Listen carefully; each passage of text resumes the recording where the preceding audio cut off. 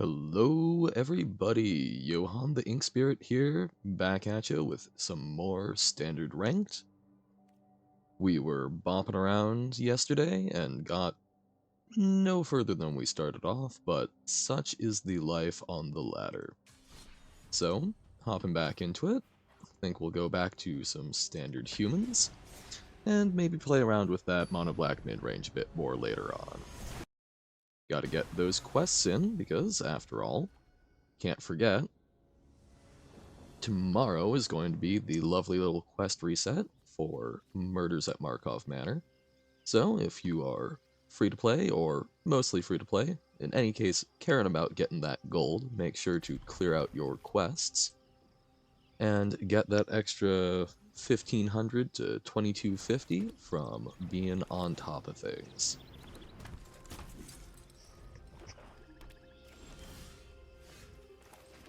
Alrighty. Like the recruitment officer opening, and I like the Thalias.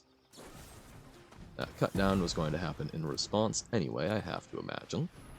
Unfortunately, we could really use an extra land here, get that Adeline going, and we do not draw it. Kinda hurts, but we'll smack in with Thalia. They don't remove it, so we'll play out a Skrell, get some protection down, and keep hoping for that second land. Creature is mighty bad, and we also can't do our own ossification, unfortunately.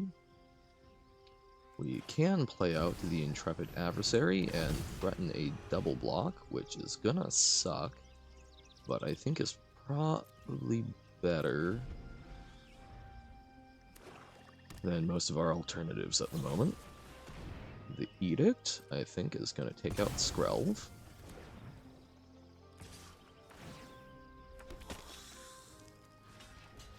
This is a 2-for-1, but otherwise they just keep pumping out blockers.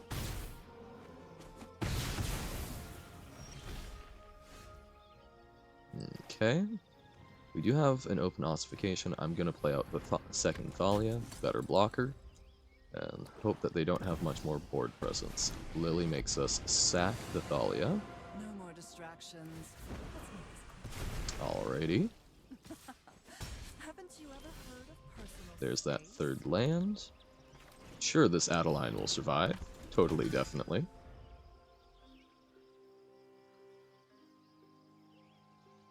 Oh, I love the little stream that separates things.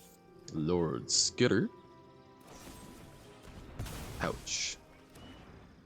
Well, at least we should be able to ossify the Skitter.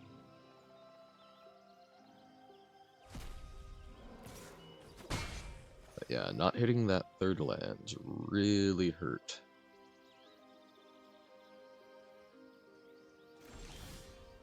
They do not want to discard what's in their hand, which is good to know.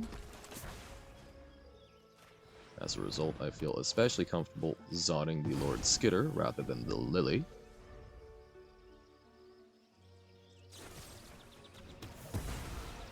This Knight Errant is not going to be all that useful at the moment. You won't be outsmarting me. Without board presence, the Knight Errant doesn't do a whole lot to actually dig you out of a situation. I suspect this adversary will either eat a removal spell or a Lily tick down, but gotta play out something.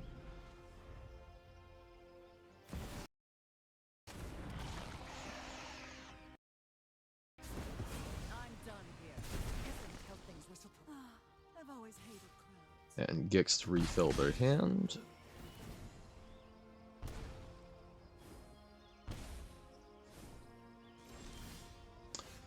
And we'll wrap that one on up.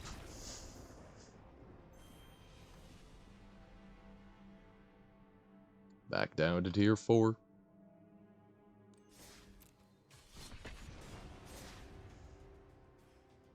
Just ironing out the kinks. Good band, by the way.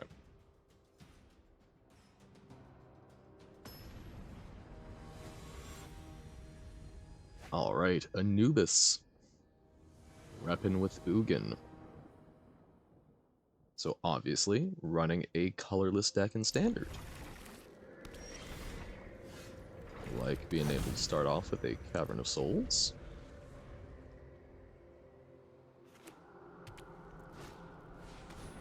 Fleeting Spirit. Okay. Mardu Battlecruiser, I'm gonna take it. They've got the option to flicker and do some first strikey shenanigans.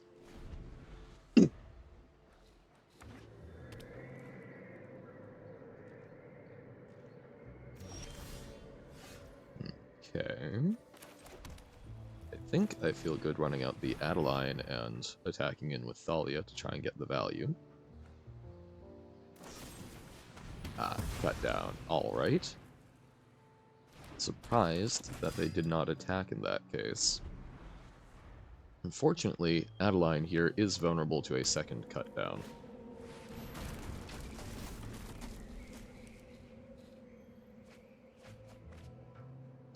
Flesh Gorger. I am fascinated by what this deck is trying to do.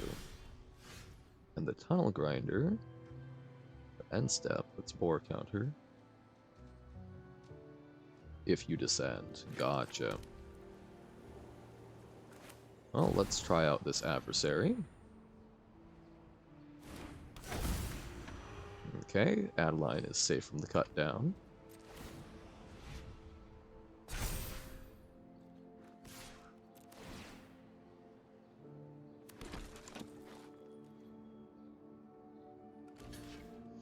And some sort of pump spell.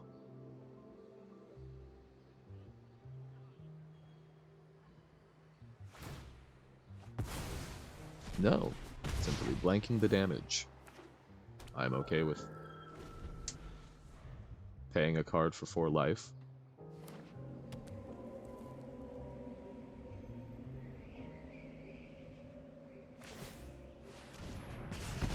Okay, Carnosaur.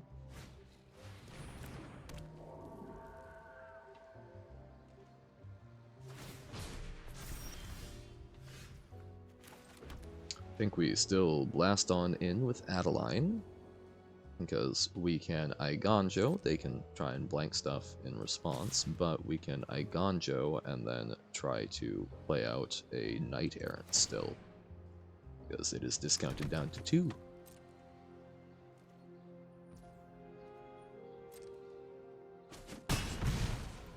Alrighty. A-okay with not having to worry about the Aiganjo for the moment. I would prefer to be digging 3, but I think 2 is still respectable. And sometimes you eat your own words.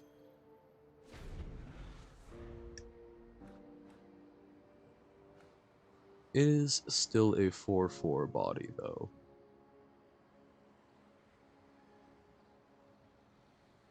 And even if they do have a board wipe, they're going to take out at least one of their own creatures.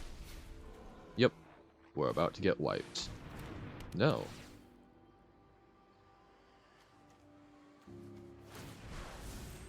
Fascinating.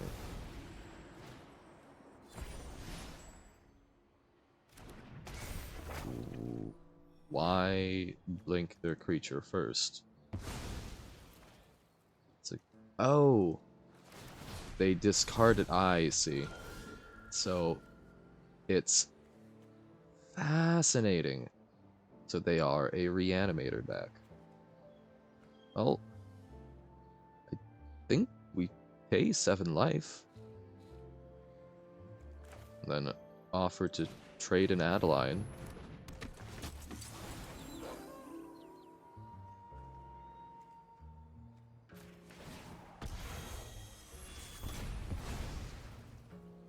No, I suppose we don't actually trade the Adeline, but we can Knight Errant.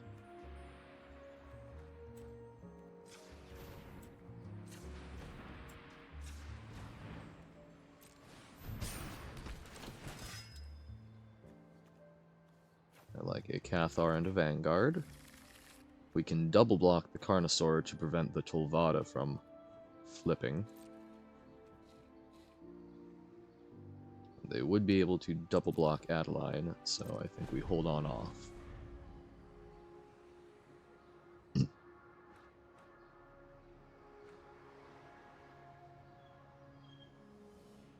Flipped it. Okay. So, turns a bunch of things into Carnosaurs. We can Cathar their Carnosaur, then swing in. Oh no, we can't. Of course, because it's flipped. But we flip it back this turn.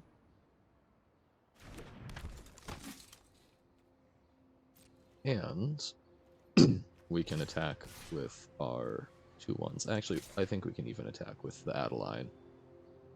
Because if they do double block, we're okay with that.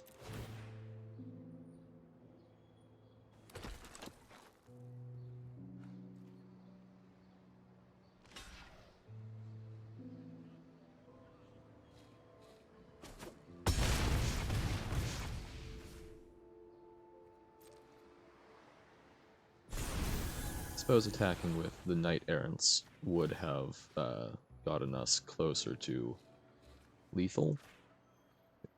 Because these would have died, but I'm okay tucking them.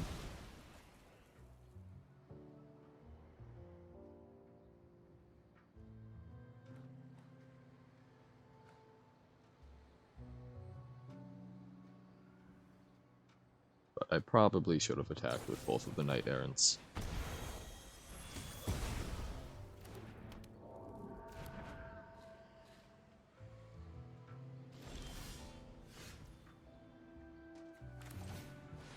Out Adeline.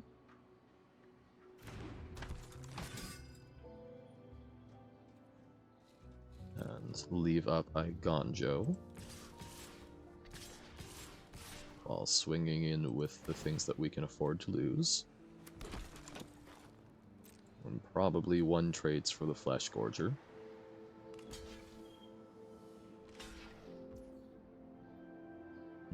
That will be 11. Alright, so not quite dead.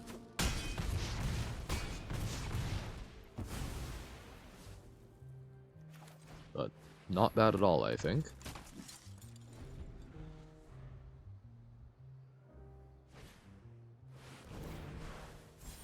Okay, Atali with Discover. They can't pay the ward on cut down.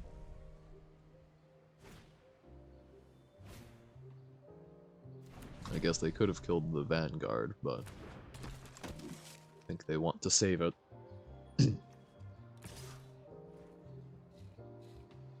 So they will go up to 8 no matter what. And then at the end step they get a replacement blocker, so probably better. Is it better to block? Yeah, I think it's better to block, but they're just going to call it good. So if I do block there, I lose 2 pieces, they go up to 8, and then we just crack back for lethal. I think that's better because if they start pumping out tokens, the tokens also have lifelink and can help them crawl back out.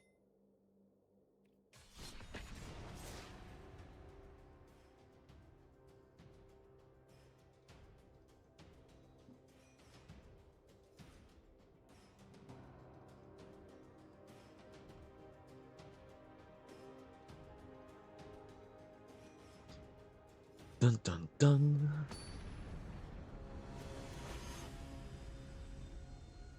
Cabra Loca.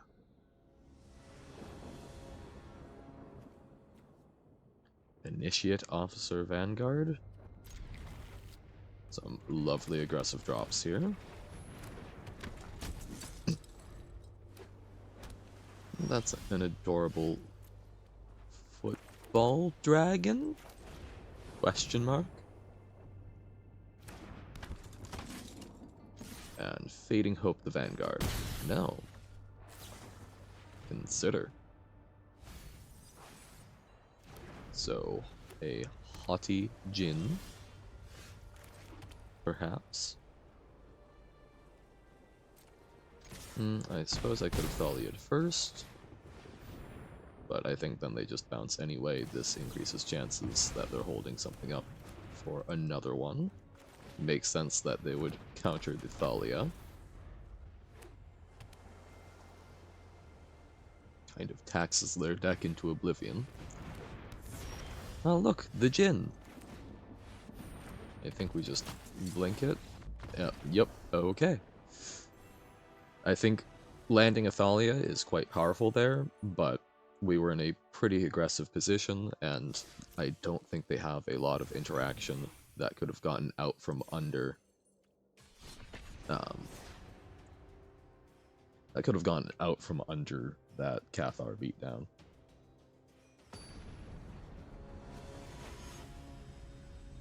Error 404. Especially if they're the mono blue variant, it's not like they can do anything to the Cathar other than bounce it. Okay, name not found. I think we lead with the Guardian of Nubinalia over the Vanguard.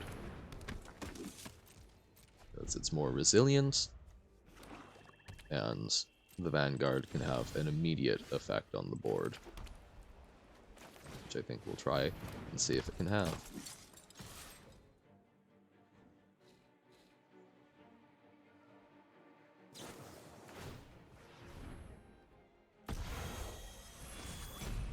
So now, against white-black, is this worth the card? I think the answer is probably yes. And I think we actually... I think we pitched the land.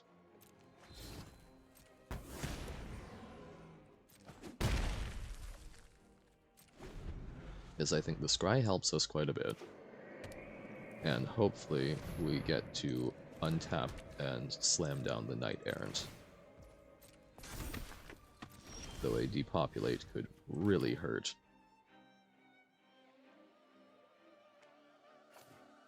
We could also just eat with Cathar. And then try for the Knight Errant next turn. I think that's actually okay.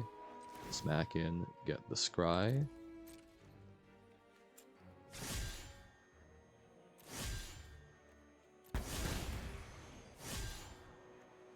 Recruitment Officer is quite good, but I think we get more options from drawing the land next turn. Actually, no, because the Officer can help convoke out the Knight Errant.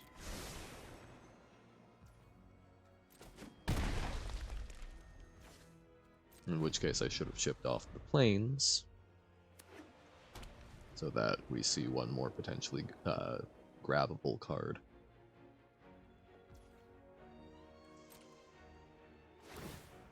Okay. I sense a Wandering Emperor in our future. Whoa, yo, Jonathan? Johannathan. Oh, now I get it. How's it going, Cholera? Pretty good. Just starting out. We're, I think, 1-1 so far. I'm sensing a Wandering Emperor here.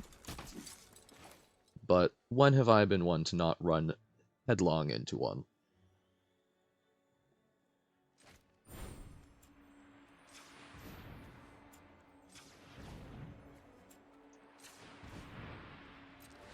Well, at least hopefully make them pay a ward for it.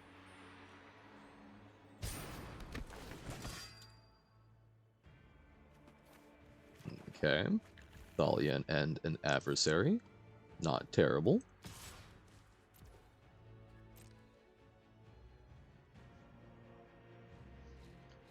I know they can exile any of our things, but I'm hoping that they think it's only an attacking, not simply a tapped creature.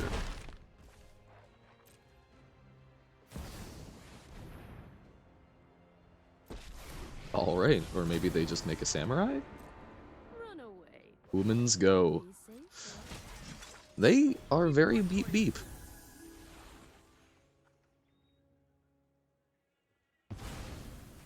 And I do like getting to just eat the token. Mondrak? Is this an honest-to-goodness black-white tokens deck? We must I'm protect the field. overjoyed. That's sick!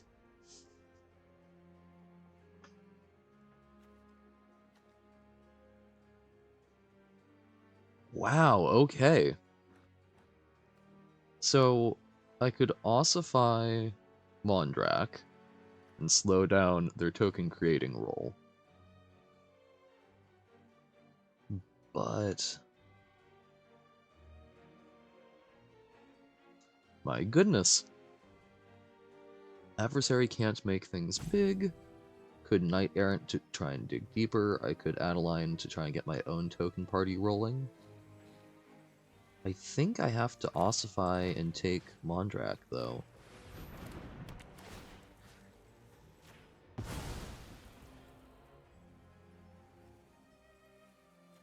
However, if I attack... Yes, I am! Basically, I've got it set up, so I've got in my mornings from, yeah, I'm glad. That's basically, I'm sort of doing my morning magic stream, and then more afternoon doing something else, be it drawing or the night in the woods, and keep on going through. Since I don't think I can actually really attack here, I think we just dig.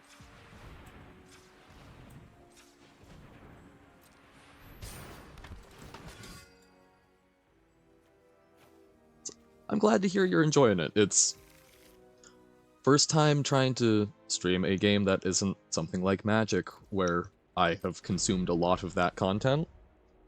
So, wasn't really feeling very confident with interacting with it, so glad it was good vibes.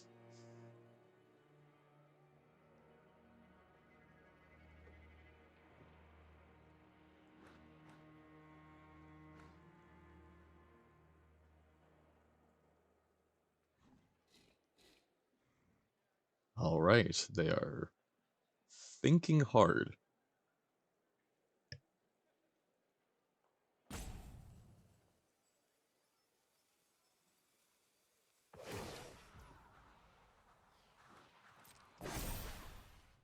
Remember your training.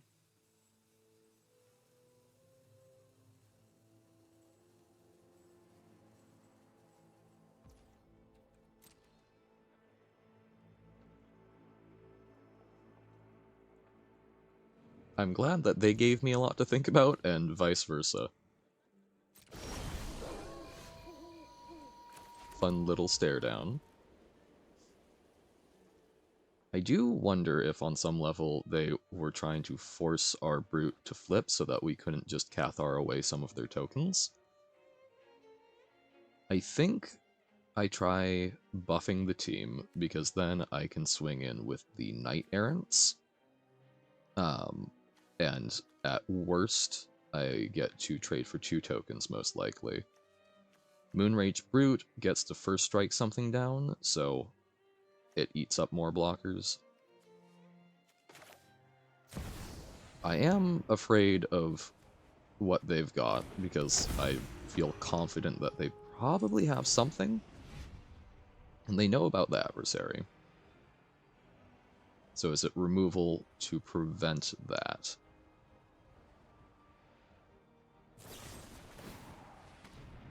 Alright. Cut down, I assume, targeting, yes, targeting the adversary. Not a great deal that I can do about that. And they were also smart enough to wait until I had already paid for the first trigger, so good on them.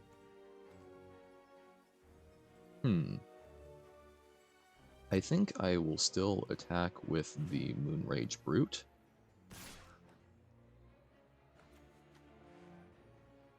And I could take a swing with the Guardian.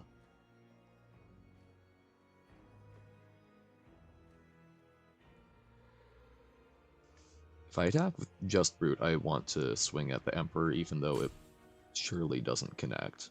but I could swing with the Knight Errants. Because then they double block one and then double block the other, lose tokens. Yeah, that would not be not a great way to go about things, but I can handle them basically trading one for one.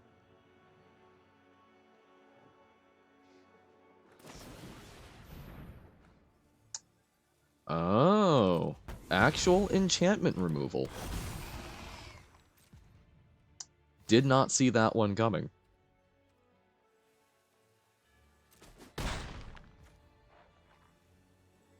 Oh, interesting. I have not played the games. I don't think, from what I can tell, they're of a genre that's not quite up my alley, but I am certainly a sucker for the anime that has been uh, I caught on Netflix, because the concept of resurrecting the souls of ancient heroes, yet again, something else I am a massive sucker for.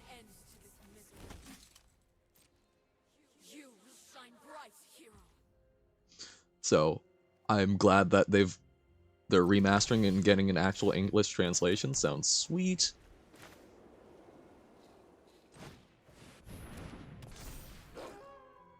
Oh right, it's flipped. Nighttime, but this flips it back. They might have just made such a large wall of tokens that I'm not going to be able to get through.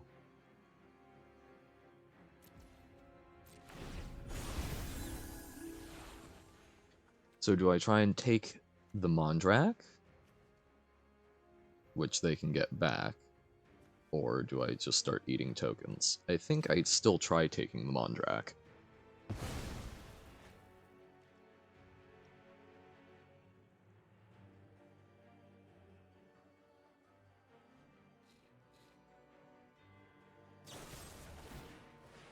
Trying to remember which one Stay Night is.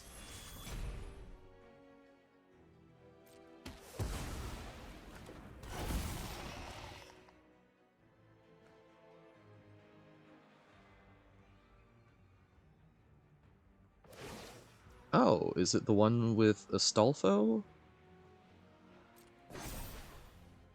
I have got new moves to teach you.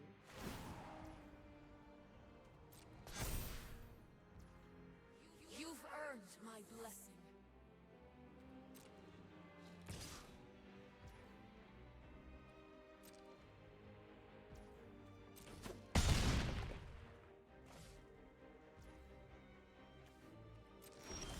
Alright. Well, at least we get two Cathar. Well, double Cathar, but two different kinds. I do really want to take that Mondrak, but they have removal out the wazoo. At the very least, we can make that a wee bit less scary.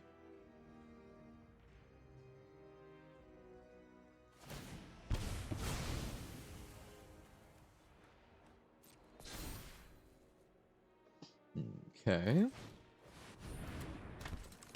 So, indestructible Mondrak. Lovely. They did have to pay 4 life for that, but Elspeth just pumps out so many lifelinkers. Whew.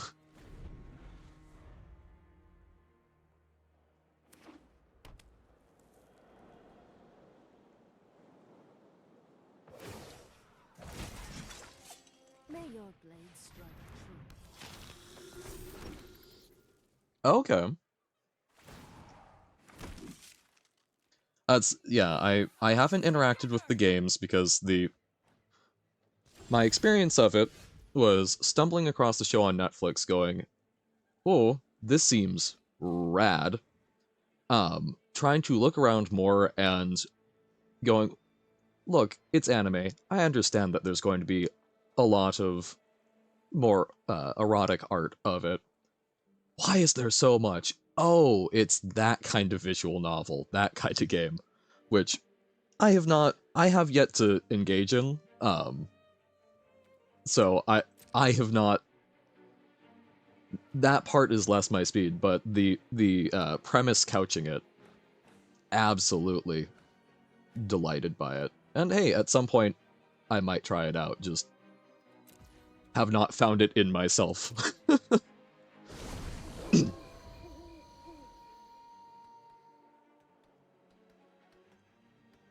But I guess I didn't check out all, I don't know if the different games have different vibes, because I know that was the case for, I think it was Infinite Blade Works. This is fair, I just, even on the tame side, while I'm okay with it in principle, it's just not something I've uh, found a strong desire to play through. Um,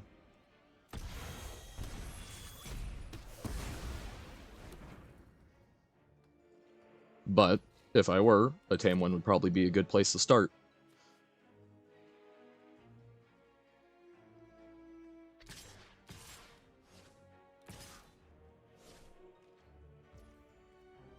Alright, we can dig on deep.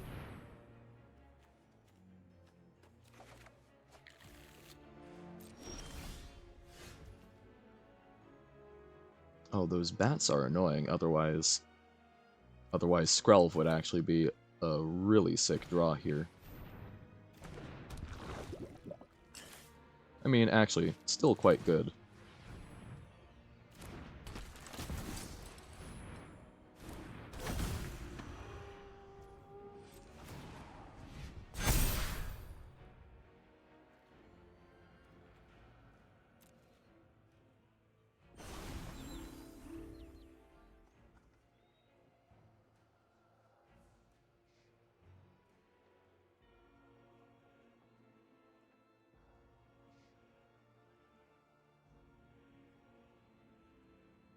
Dun dun dun. Keep watch for intruders. This is such a massive board state.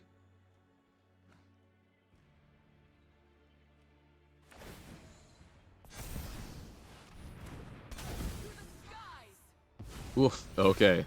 They correctly identified Skrelv as the threat.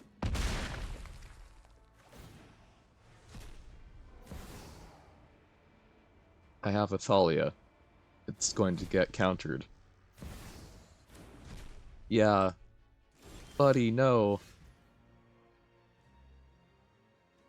I learned that the hard way a while back. But that Mondrak is quite scary. Extraction Specialist does let us get back Skrelv, but it's probably going to be too little too late.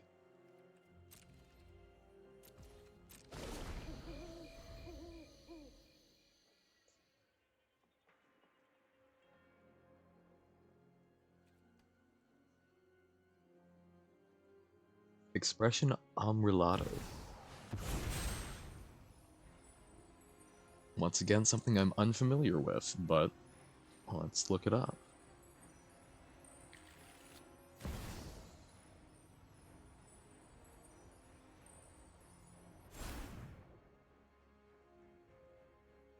I love the cover art. Oh, lovely.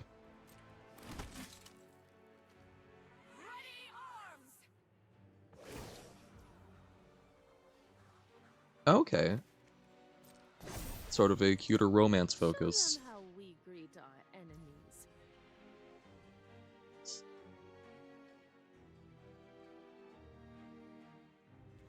So I'll take a look at it and might put that on my long-term queue for stuff.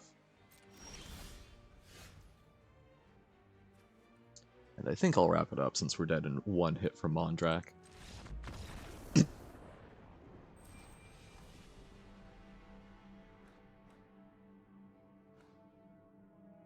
Ah, the first sentence of summary basically being stuck somewhere, not being able to understand the language.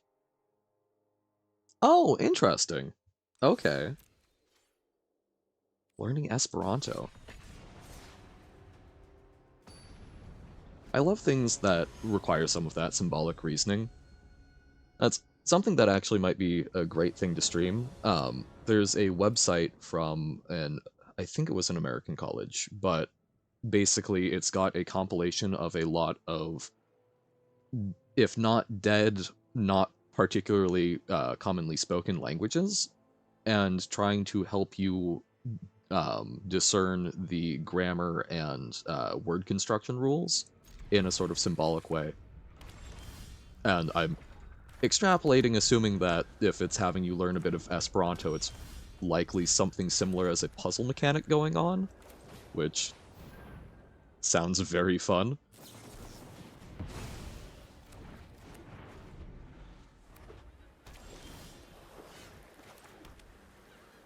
Yeesh. They do love their control.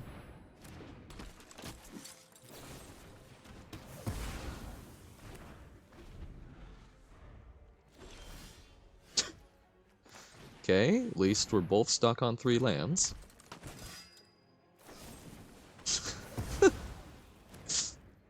Oh, this is gonna be one of those games, isn't it?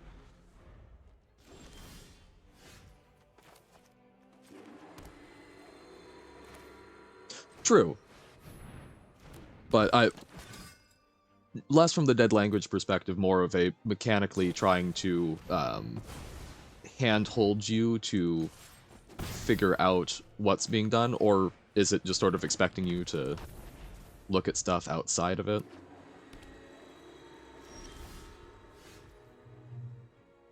Man, I've drawn a lot of Adeline.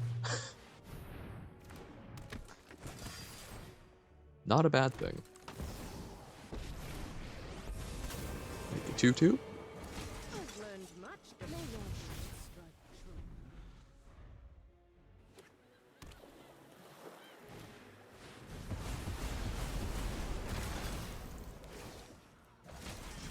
true. Guards, to me. Long-suffering sigh.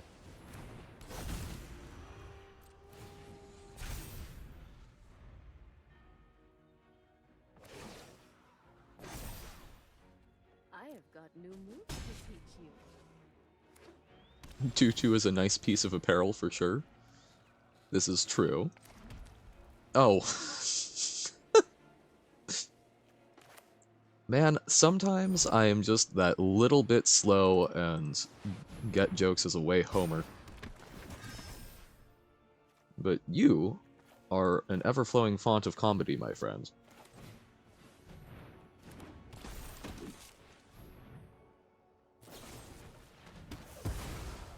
Cutting down my card advantage? For shame.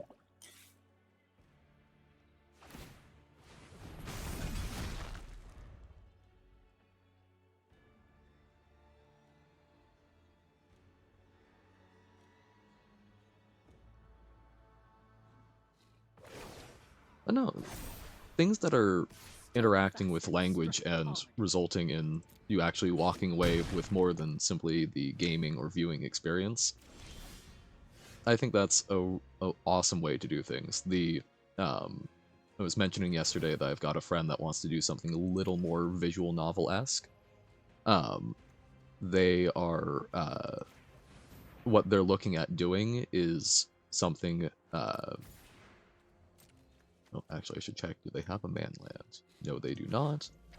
We'll give it a shot. Basically, they're hoping to make it almost sort of like one of those online escape rooms, where there's some interactive components, often dealing with some amount of history, and so trying to turn it into a semi-educational experience. So I need to figure out those mechanics in addition to visual novels.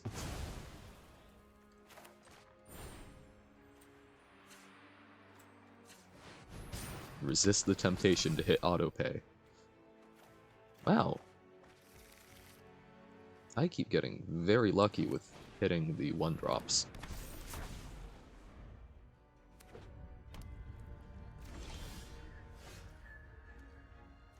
Still no manlands? I hope. I can try and dig for a Brutal Cathar.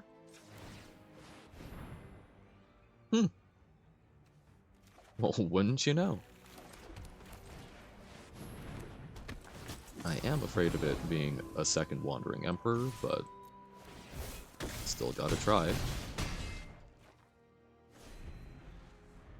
No 2/2s in our face. Good in this situation. Oh. Oh, the farewell. Well, hello, Skrelv.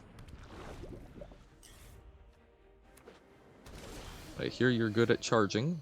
Hopefully we can ride that to victory.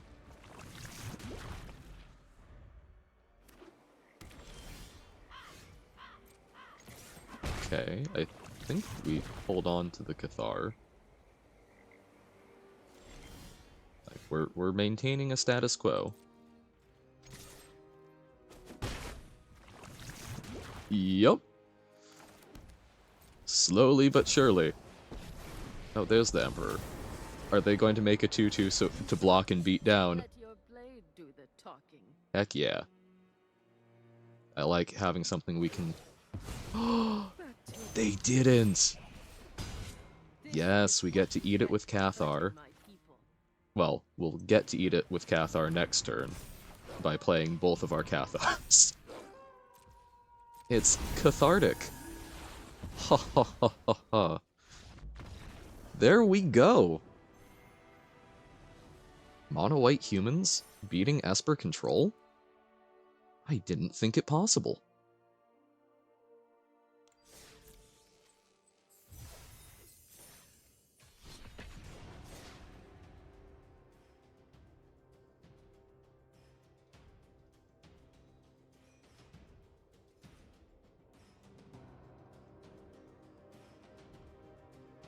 I do enjoy, as much as the randomness of Magic can be frustrating. Hello, Muku. I do think the fact that even someone who has not been playing for a long time has a chance against someone who has been, the type of deck can be very different, and someone can simply get unlucky, or someone can get very lucky, and still pull out a win, so that you can never be fully disengaged. I think that's a brilliant bit of game design.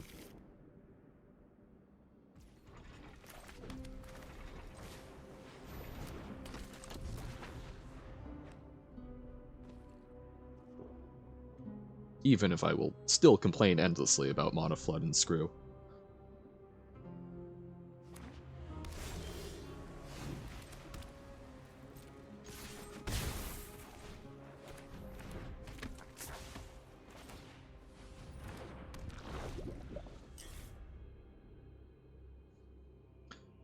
This is true, although I remember from my local game store there seemed to be plenty of overlap. But no, I think Magic players tend to be a bit better about complaining about the heart of the cards.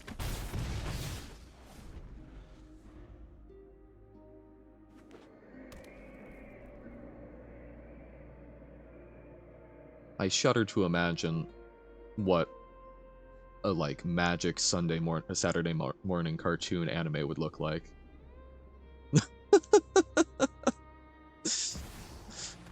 The Magic player apostate. Oh.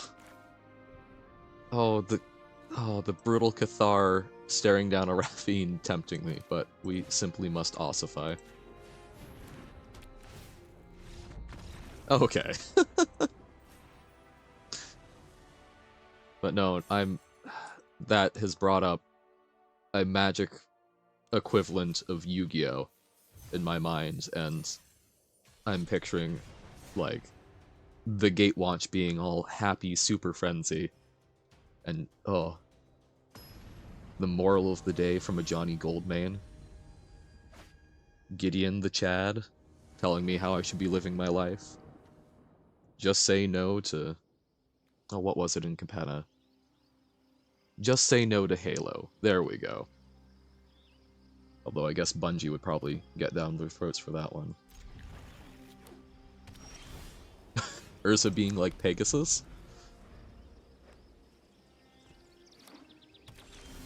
I'll let you in on the terrible little secret of I've never actually watched an episode of Yu-Gi-Oh! I have simply absorbed some from running in the same circles as people who have. Oh, I bet they held the Naturalist. Interesting.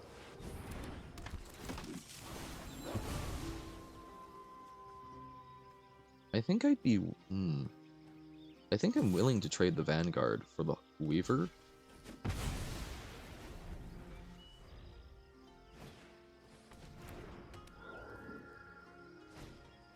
Okay, they did have the ossification.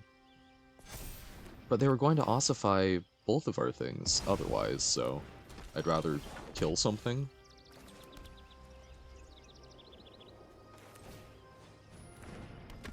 But yeah, that neutralist... Neutralist? They are not Swiss. H-Weaver? Weaver. Good, that's solid.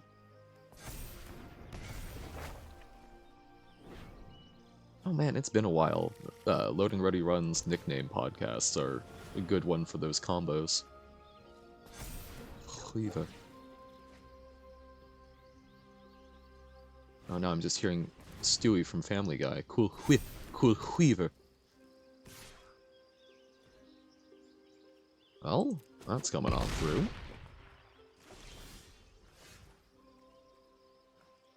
That Iganjo is probably a lot less effective. Since I'm sure they've got at least one more enchantment. But let's say a high with Adeline.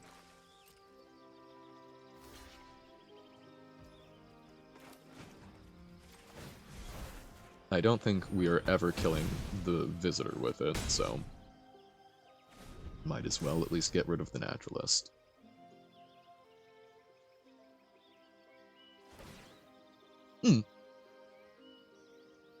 I do not watch Family Guy religiously, but I have been surprisingly partial to Family Guy and American Dad.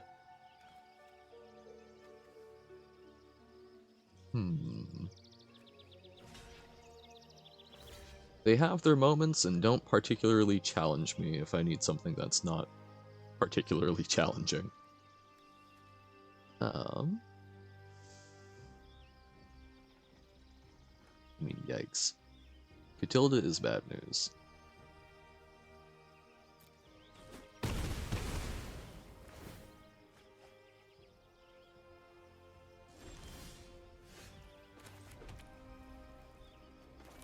Okay.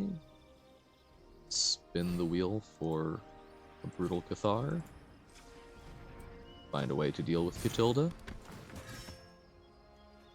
Well, wouldn't you know?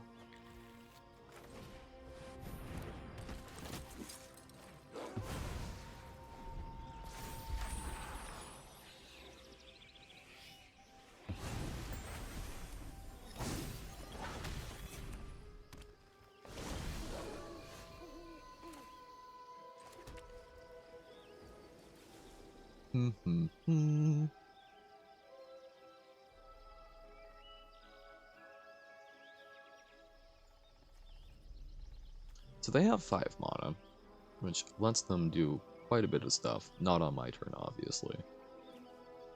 So I probably dig. I like the Vanguard, because then the Vanguard makes our stuff a little more threatening.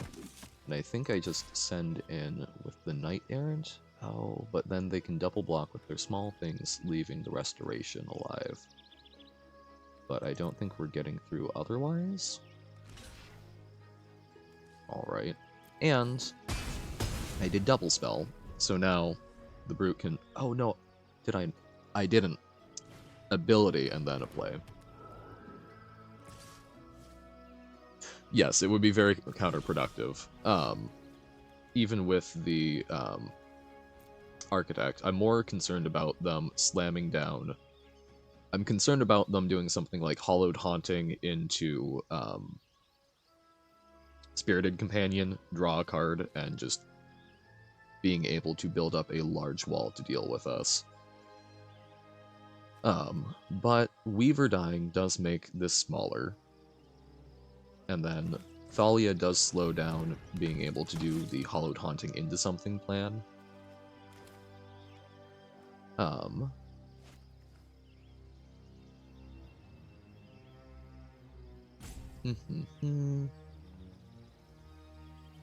I think we just play out our hands.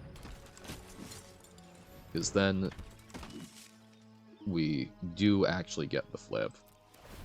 We get to tuck the Architect, which resets it, and I don't think the value that they're getting off of the Saga... Yeah, okay.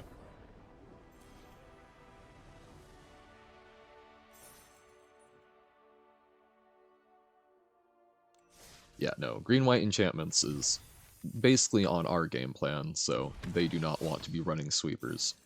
I do think back when there was Ranger class, it could survive sweepers relatively well, although Farewell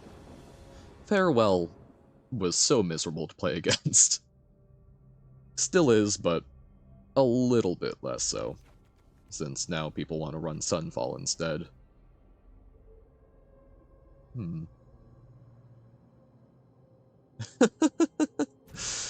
Quite a few, and that's part of why we'll need to switch over to a different deck to clear them out, because remember, tomorrow we'll be getting a whole new batch right when the new set gets dropped.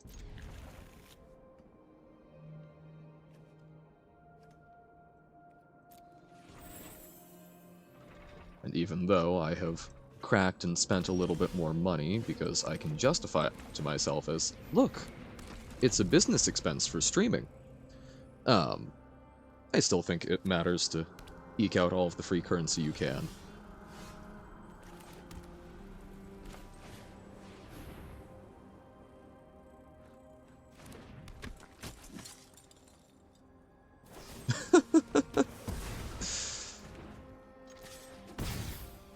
I do love the scroll my mouse over clink clack. I feel like an animated Ebenezer Scrooge.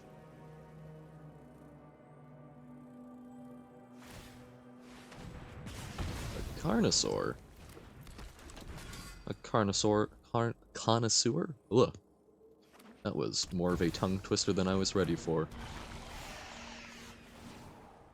Well, on the bright side, we get to be brutal. Even though I'm sure they have some sort of removal. It's Rakdos, they always have removal.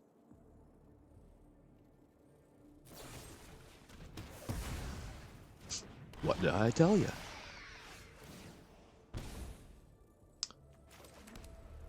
Trying to think. I don't think I actually was. I know that I pursued, I sought them out later in life, because I enjoy knowing the originals.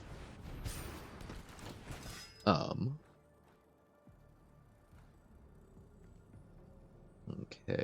I think we do Coppercoat and probably the backup Adeline, because I suspect she will die sooner rather than later. Yeah. So, yeah, no, I did not... I wasn't exposed to them very much, I think, until probably closer to, like, middle school. Oh, reanimate the Shouldred. Very nice. Oh, no, the Carnosaur. Doi. No, as a kid, funnily enough, I think what I actually got the most of was, my mother talking to me about the biotapestry and the Norman conquest of England. Because she was that kind of history nerd and put that onto her kid.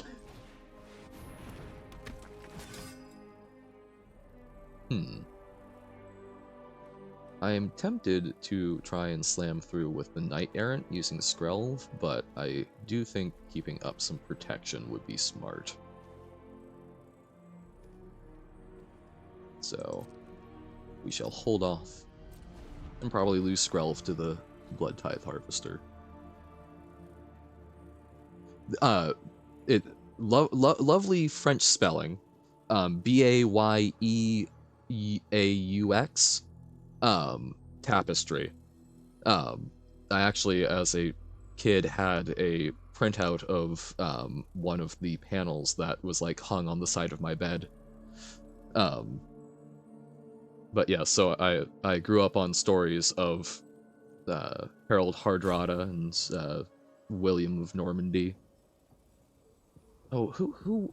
I can't remember the exact way it panned out, but the lovely exchange, I think, between William Godwinson and Harold Hardrada. Man, oh, that's terrible. I can't even remember if they were fighting on the same side or not, but basically there were two brothers shortly before the Norman invasions, who were both of, it might have actually been Danish descent. There's a decent chance you know this better than I do, but the lovely exchange of essentially, well, how much land will you grant me for my troubles if I stand my men down? 6 feet, or a little bit more, for you're taller than most men. It's perhaps one of my favorite historical disses of all time. I'm going to feel extremely embarrassed if they were in fact Norwegian instead of Danish.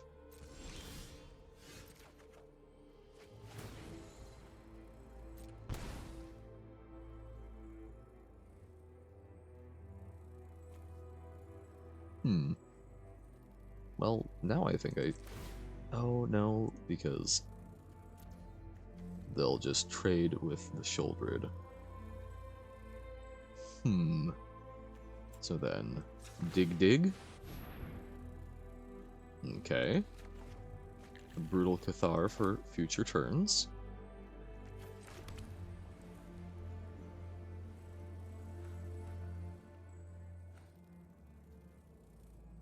I think I just maintain the status quo for now.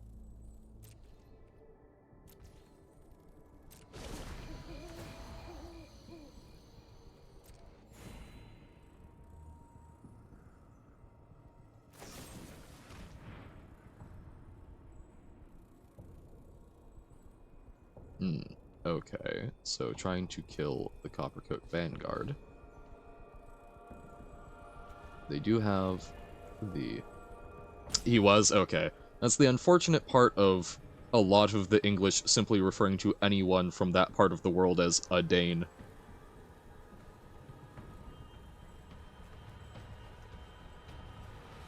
I think I'll try saving this and force them. Harold Bluetooth was a Dane. Okay. I do love that we just see the bind rune for his name and have no clue what it is.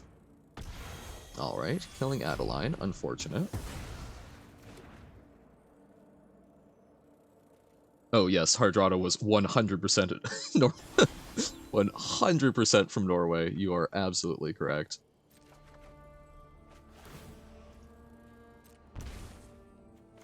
Gotta love historical folks using epithets to just kind of generically describe people from a part of the world.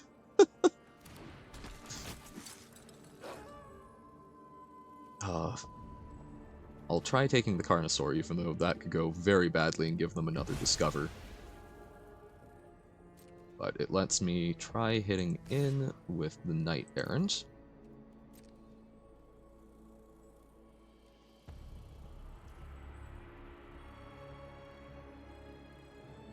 So then, Godwinson was also probably Norwegian, and simply had, was crowned as an English king.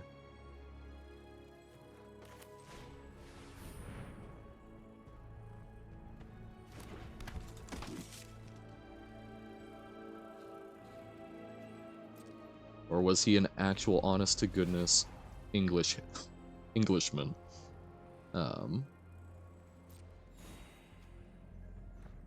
Oh, really?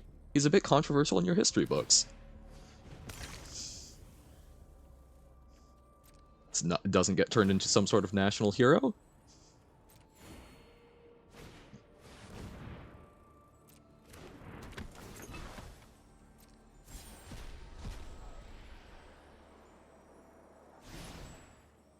Haha, you cannot bat an empty hand.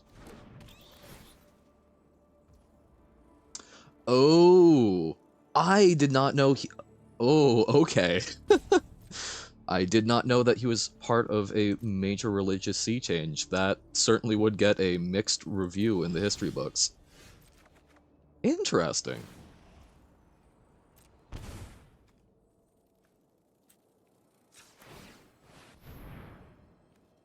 Okay, Knight Errant does not get there.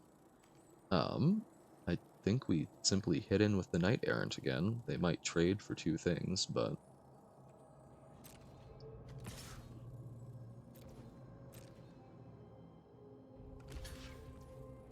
Or simply jump, also acceptable. But no, that's fascinating because, I mean, I don't think our history books even ever touched Harold Bluetooth. It fascinates me the differences in how different places remember the same people and the same events. I love looking at how, you know, for example, Vlad the Impaler is remembered as Vlad the Impaler in most of the world, as opposed to Vlad Tepes in Romania, and, oh hey, you know, look at this guy who actually kept us alive and did lots of stuff to fight back the invaders, while everyone else remembers him as, hey, we got to see lots of really bad stuff he was doing. And I think most of that, if I remember correctly, a big part of that was because he particularly persecuted some of the ethnic groups that were the first people to turn printing into a big business. So he was kind of the target of a lot of their propaganda content. He was still legitimately committing some serious atrocities, but it was also in part because he was committing atrocities against the people who were writing about stuff.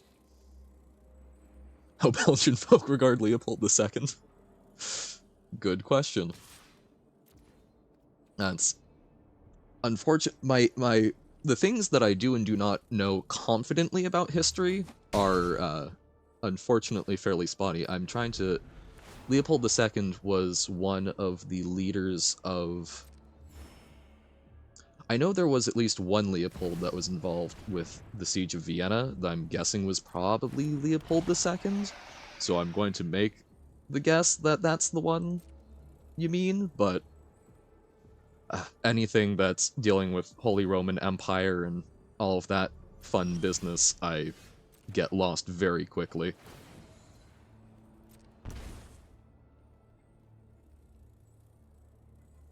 Man, that Joldred is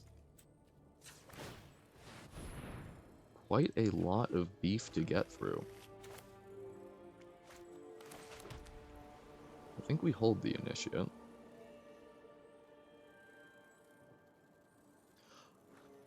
Oh! Gotcha.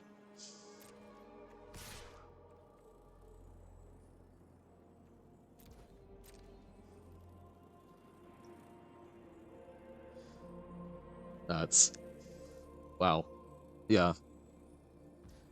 You want another depressing example of the American education system, is that my knowledge of the Belgians in the Congo mostly comes from the song We Didn't Start the Fire. So, but from the other bits of colonial African history that I'm aware of, I can see how if that's what you're associated with in the history books, yeah, that's not going to be a particularly happy time, I can imagine.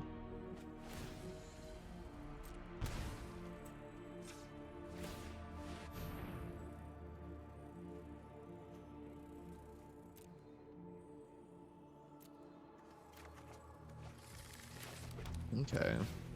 So we get to Adeline and Initiate, which will flip the Moonrage Brute next turn, so we can take out Childred.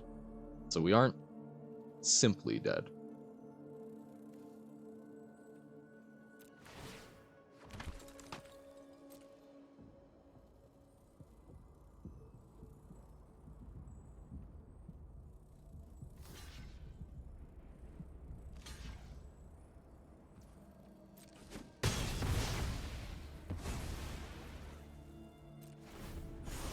Now, considering all of the European history we covered, you would think that we would actually cover European history somewhat in depth, but it still feels like we mostly glossed over it, mostly just going, ah, the Renaissance was in fact a thing that happened.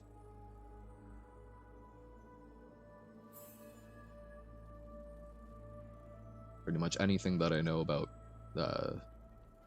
almost anything that I know about history that's any more detailed than a light summary paragraph has been later research out of pure interest.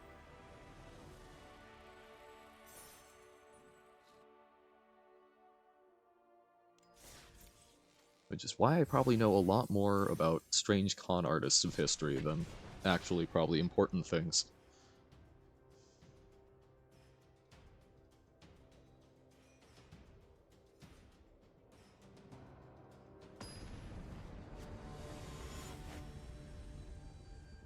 Dandiel. The Basque era more interesting than the prior Renaissance. Again, I'm not familiar with it. I hear Basque and I think about the region between France and Spain that has the very unique language, but I don't know about the Basque era.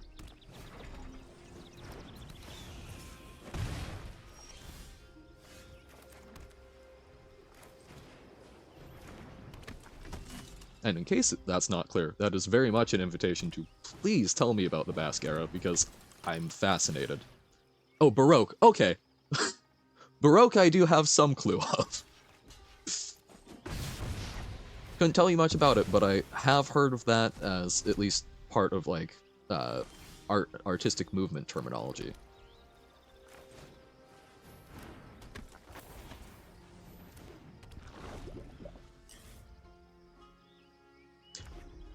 That's fair, you know? They both start with a BA and have the QE, so, I don't know.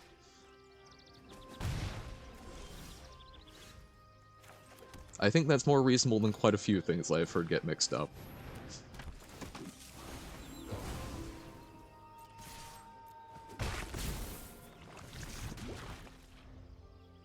Trying to remember, there was some presentation in one of my history classes where someone got some aspect of history so woefully wrong. But for the life of me, I can't remember what this was, but it was bad. It made me genuinely concerned. I'll think on it. I think I have a recording of other folks' presentations from that time somewhere. I'll need to go dig it up and see if I can find it. But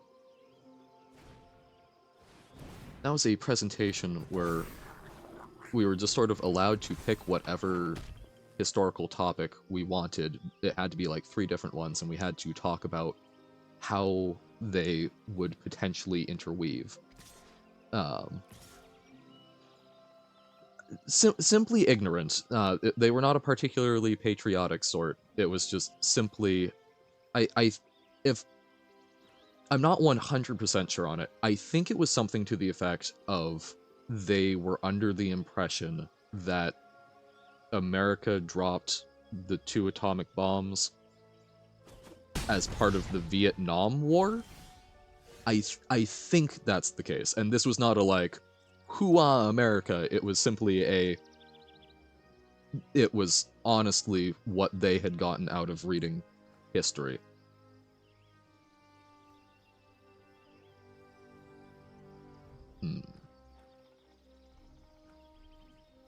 I think I want the Cathar to flip so that we can double spell and try and eat the Godric.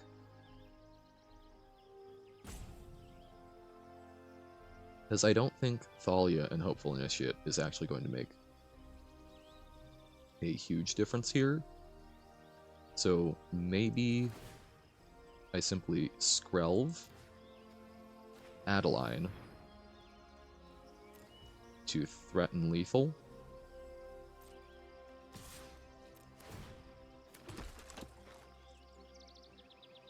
Because I will almost assuredly need to be blocking with the Brutal Cathar this upcoming turn. So making it into a Moonrage Brute, I think, is quite helpful. Alright. Because, yeah, they just need this flip, so they just need to play out one permanent to be able to kill us in the air, and us have nothing that we can do about it. So I think this is the best shot I have.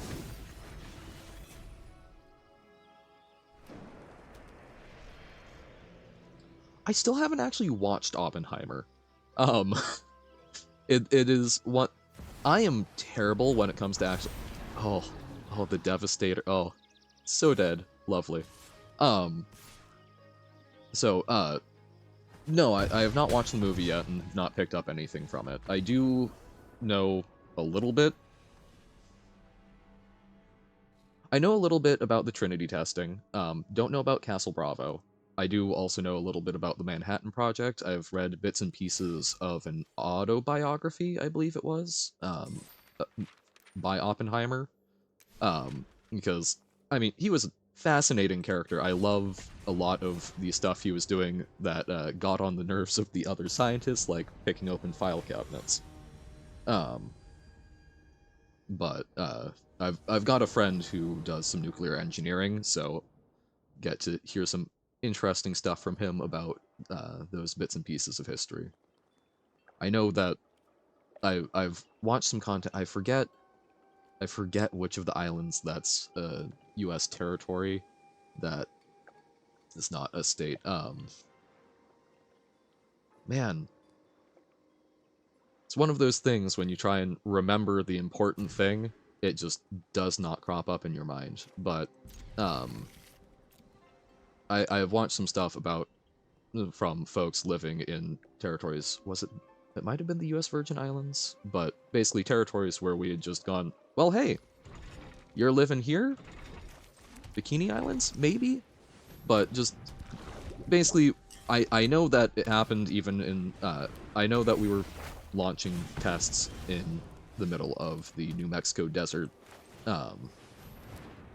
which is problematic for a number of reasons, but to the best of my knowledge, most of that was taking place where we weren't actively having to displace people to run them, but I know that there were a number of islands from US territories that we basically went, well, you're gonna move somewhere else now because we're going to be turning that island to glass, which...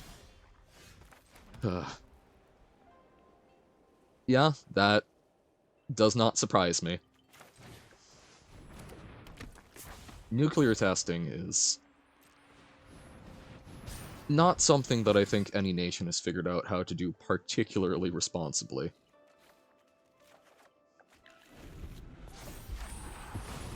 I mean, when essentially our current global solution to having nuclear armament is, hey everybody, let's be scared of the fact that everyone has nuclear armament. That isn't a particularly confidence-inspiring answer to it, but...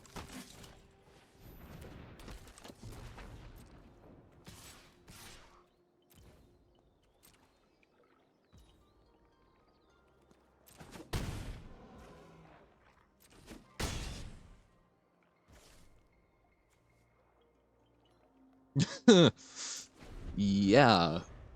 I mean, hey, it wasn't nuclear, it was just super big and explosive, so totally better. So I remember reading a little bit about that when I first found out that, like, about Tunguska, and just, you know, hey, there's chunks of the world that are just simply... Oh, it was a hydrogen bomb? I thought that was a traditional explosive. But okay. So, fusion bomb. Sweet. Not.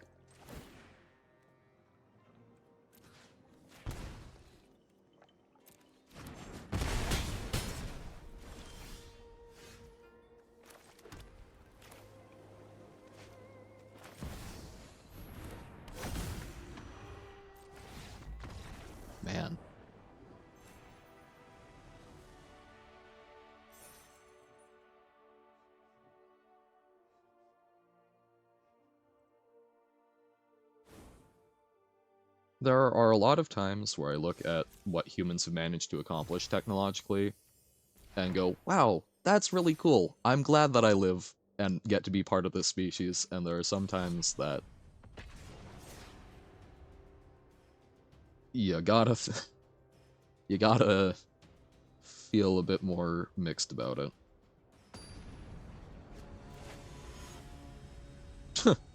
Was a thermonuclear aerial bomb and the most powerful nuclear weapon ever tested.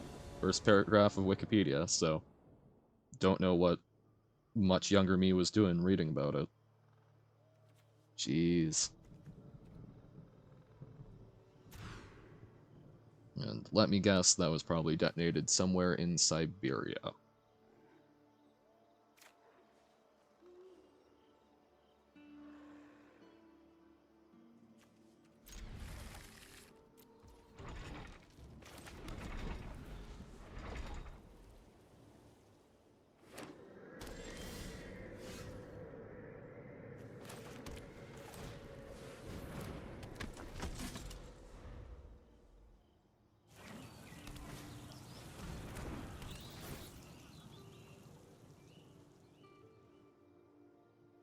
The broken arrow issue that the US made of in the Cold War.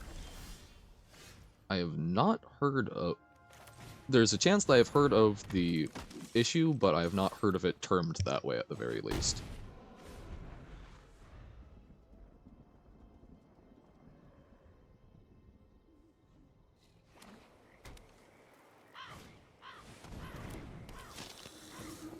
Ah, broken arrows as unexpected nuclear weapon results. No, I have not heard about those, but I will absolutely need to look into that.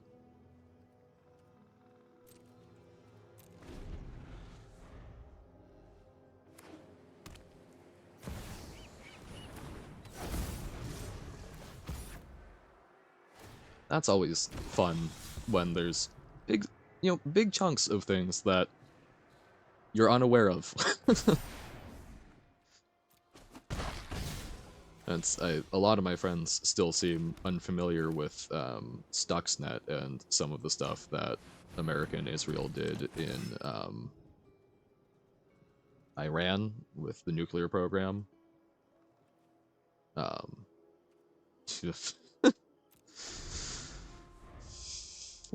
Lots of fun stuff to discover out there.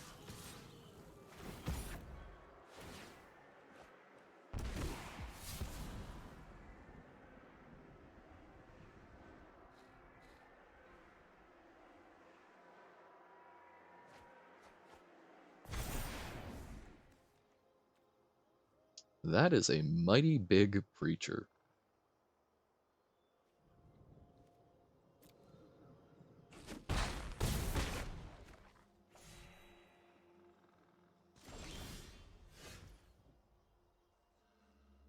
I think we'll just wrap that one up.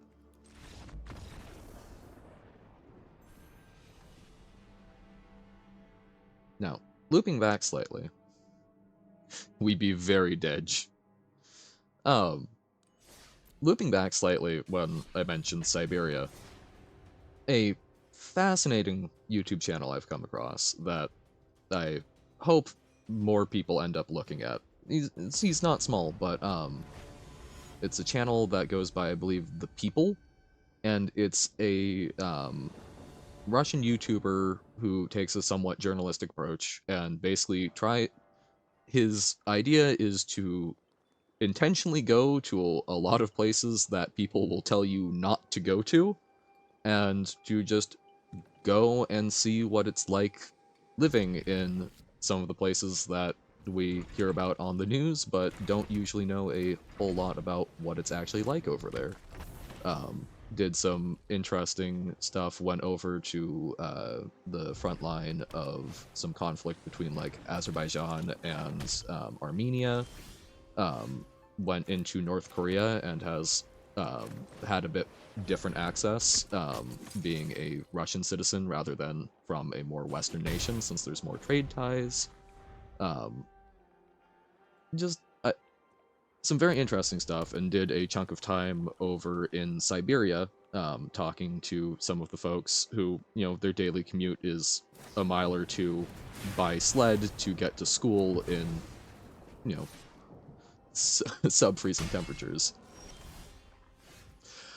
I honestly don't know. He is certainly not anti-Russian and seems very he loves his country, right? But he is interested in seeing the rest of the world. I have not I think he is more often in danger of running afoul of the governments where he's visiting than he is of his home government. But he does have the bulk of his channel is in Russian, which I can't understand much beyond Strastvojche, so I I can occasionally sound out a word, but um, I can't pick it up very well. Um, I don't know everything that goes on. I just get the bits that he has worked with folks to translate into English. So dunno, but he seems to be doing all right.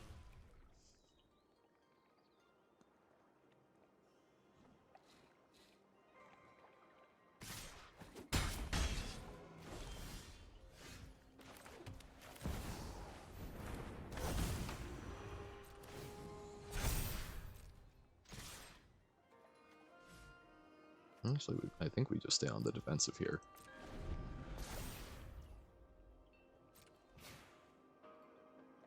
So, now, admittedly, I did try and take a quick look at just a couple of words in Danish so that I could, be all cute and fun and go, "Hi, how are you doing?" And I can get hi, H-E-J, but everything else went completely off the rails. So, I'll keep working at it.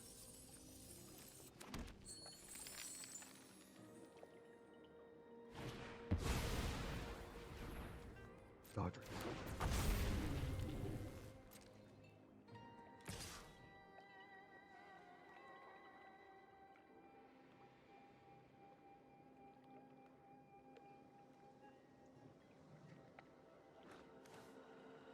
Human? Makes sense. Well, it's not that quirky if you're in Prague.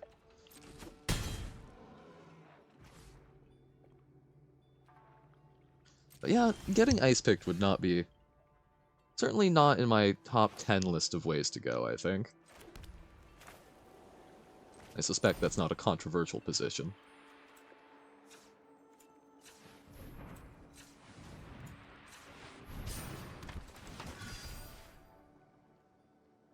Ooh, okay. 2 brutal Cathars is probably actually a really nice way of getting back in this game.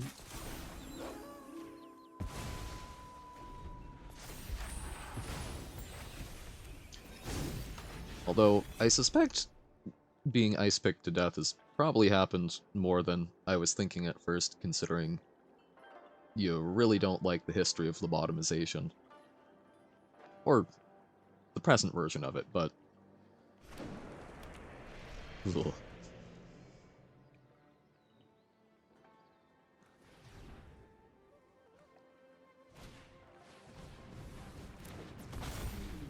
I do enjoy Wikipedia's list of essentially funny ways that people have met an unfortunate end.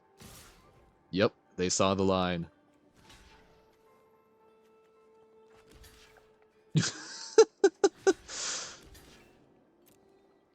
Well, considering that part of my problem is I looked up a couple of words, I then listened to the text-to-speech, and what I was looking at, I could not figure out how to make match what I was hearing, so my memory beyond hey is not. See, even then, I tried to say hey because I'm thinking H-E-J and trying to like bring in the more Germany Y, rather than hi. But yeah. I've never y'all use some of the like circle accents and whatnot, which I've never figured out what that does. I still have trouble with umlauts in German. But here, I'll pull up real quick what Google translates. You also say hello? Oh, okay. I know that, yeah, both I've come across that both in German and Dutch as well. So I can do hello.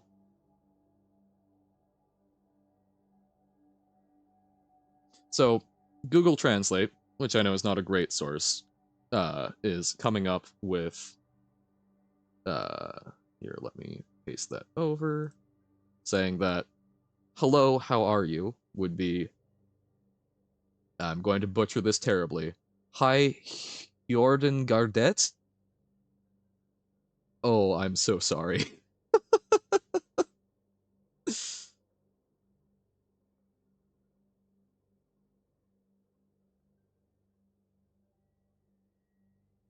Because I have no clue what the circle does over the A, although I've got a friend who moved to Sweden who I could probably get a little help with that one.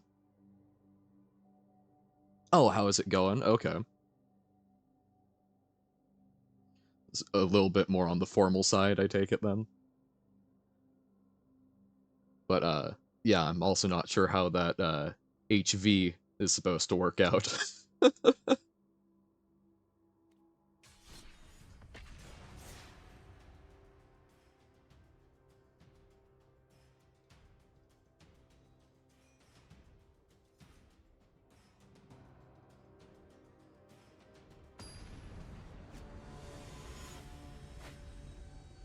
Ricochet. Or if I were to butcher it as badly as I'm probably butchering Danish, Ricochet. Or elusive. Oh, I. If that's how you pronounce the slash through the O, no, I haven't. Um, Stud?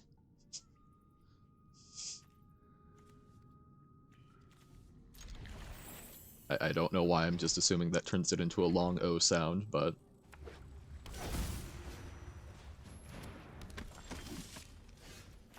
Ah, this is where you'd be saying et tu, Brute?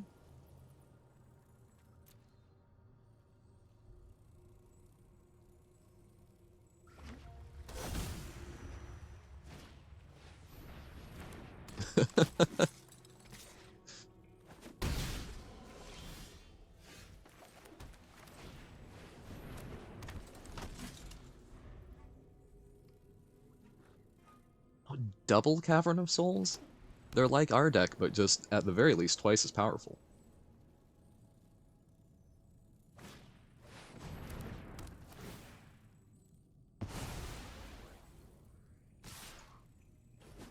Well, little did they expect the second Thalia. That would be a good time to do it. I think I'll run out the Cathar, though.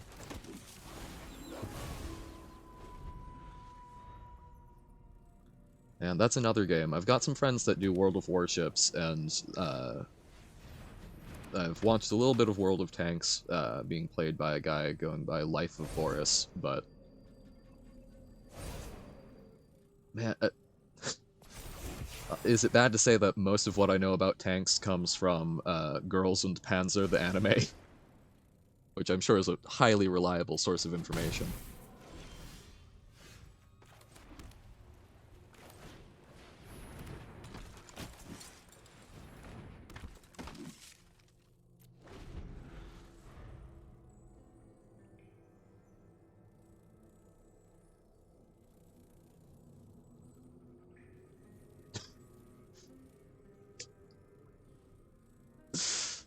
Oh, goodness. Yeah, my guess, I guess, would be Rude, Grude, Midflude, but I'm guessing that's real bad.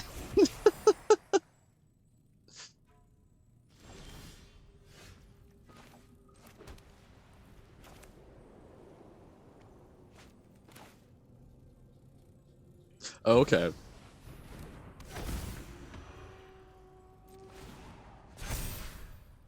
Love a good tongue twister.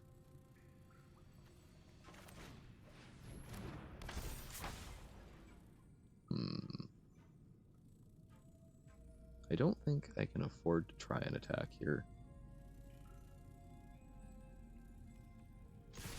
I say as I hit all attack rather than no attacks. That startled me.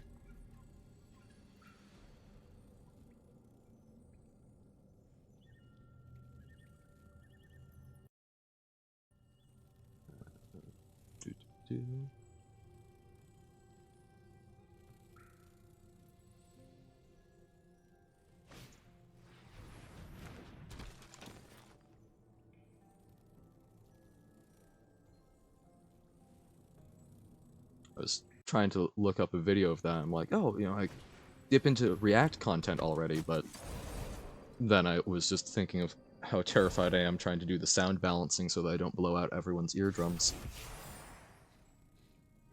Oh, hello, Adeline. You are quite scary.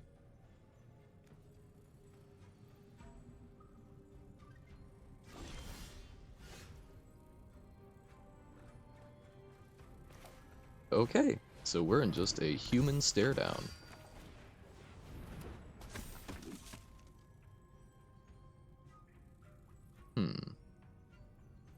I can afford to attack and trade Thalia for 2 things. Or they're out of line.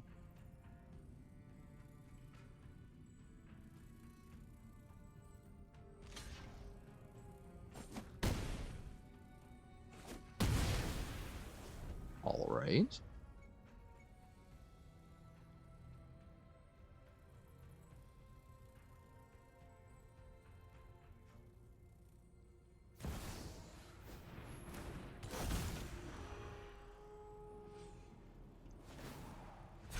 Oh, an adversary. What you got?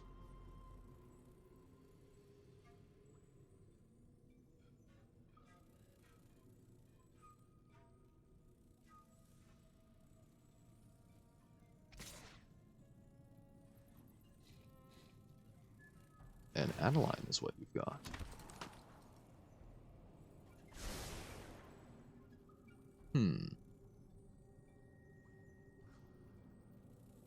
I feel like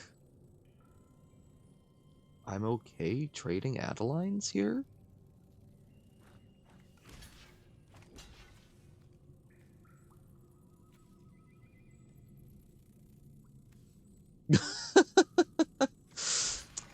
Yeah, that's the unfortunate thing of still being quite small. No subscribe button until you make it on up to 50 followers and a consistent 5 viewers. You know what else is fun? Apparently, you don't get to schedule individual streams until you're an affiliate, which is goofy. So I do have a stream schedule. It's just I'll be having to update it so it's not doing. Yeah, you are only allowed to schedule recurring streams while you're not an affiliate. But once you reach affiliate status, once you meet all of those hurdles, then you can apparently schedule one-off individual streams. So I'm still figuring out what's going to be. Yeah, I know. It really weirded me out because I looked it up and it's like, oh, no, yeah, no, you just have to set it for this type of setting when you're when you're trying to make it up. Um, but then I found other sources saying, nope, that only happens when you're affiliate. I'm not an affiliate. I don't see the buttons, so I have to assume they're correct. All right, sure, we'll actually, I guess I can Thalia and Initiate. But yeah, so I do have a schedule down below, subject to some amount of change. The between weeks will not be correct, but I'm trying to sort of do it for each week while I figure out what's going to work well for me while also juggling some other projects. Yeah.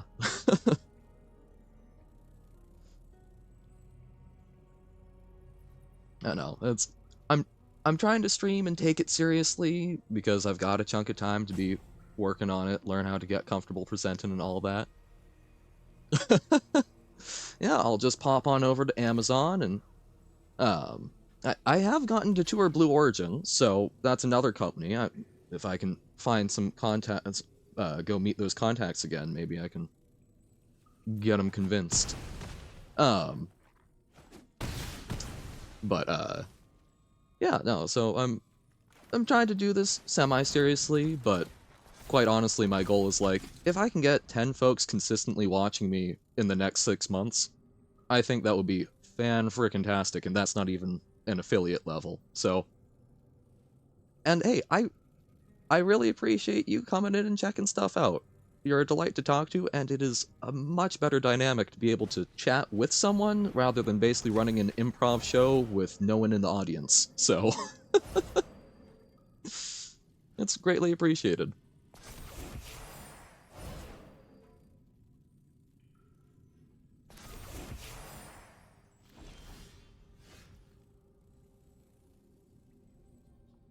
Alright.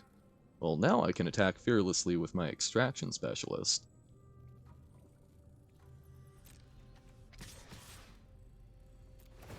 I mean, what are you gonna do, block?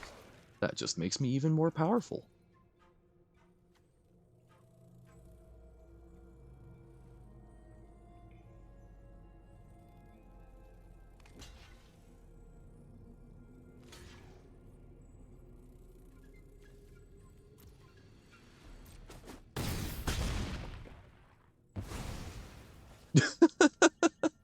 Precisely.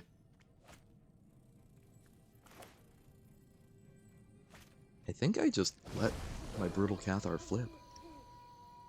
I'm powering up like every good old video game boss.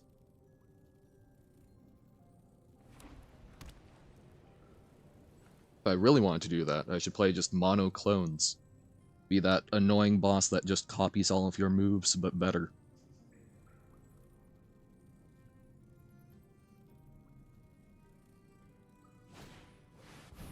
Ossification? No! It's like they thought ahead and got rid of my hopeful initiate. On the bright side, they are now at 1 life.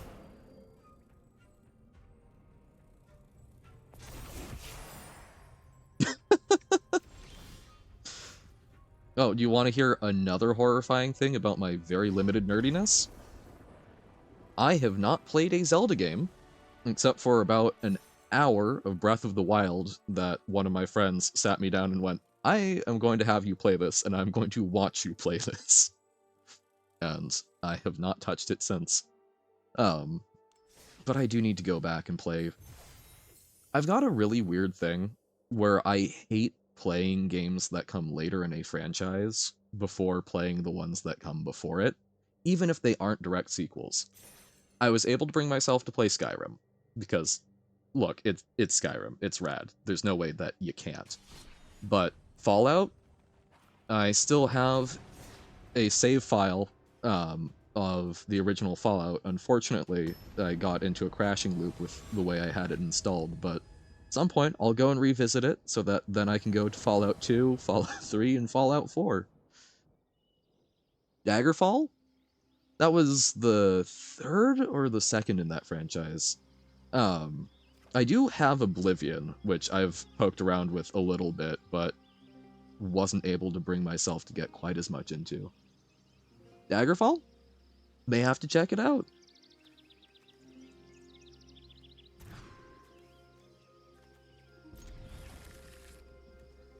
I think it would be fun to go back and just be trying some of these things that I've truly never seen, but have been a huge. You can install Daggerfall in Arena for free. Oh, Arena is the one where you actually get to go to all of the parts of Tamriel, right?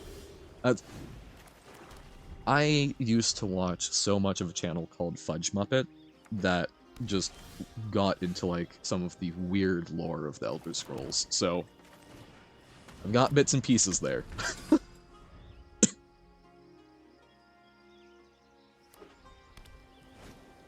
I was really hoping that the Elder Scrolls 6 would be set in the Valenwood, just because I love the Bosmer.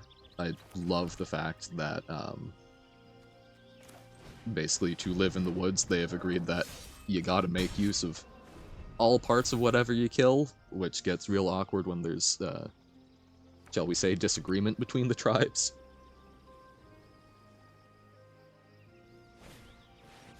It certainly isn't. And like, because last I checked, we're looking at High Rock for Elder Scrolls 6, which, you know, is still probably going to get us a bit of Hammerfell, because they're right on each other's border, if I remember correctly, so I think we'll still see some cool stuff, but look man, I wanted the Cannibal Wood Elves. What can I say?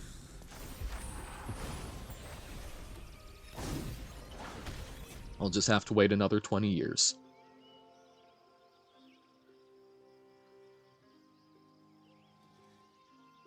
Oh, yeah. What if we saw some Khajiit that were born under different moon signs? That would be so cool. And learn more about the Hist trees.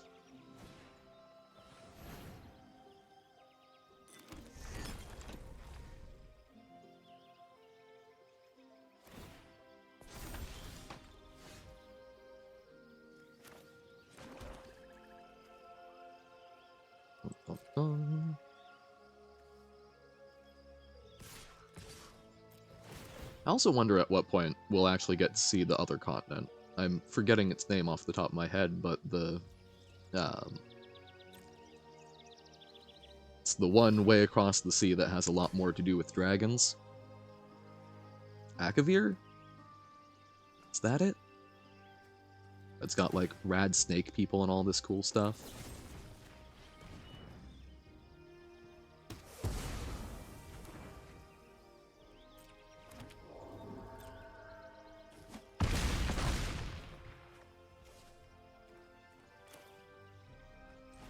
Turns out Shakedown Heavy, pretty big in combat. Now, they'll depopulate, of course, but...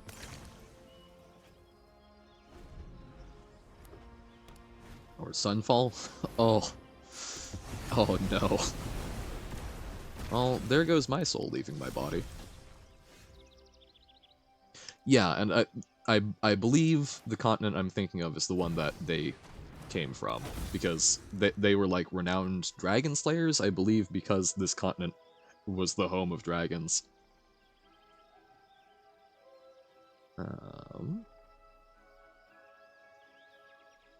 I don't think we even know a whole lot about that continent that they're from, so reasonable to not have a whole lot of thoughts on it. There we go. Ah, yes, Akavir, literally Dragonland.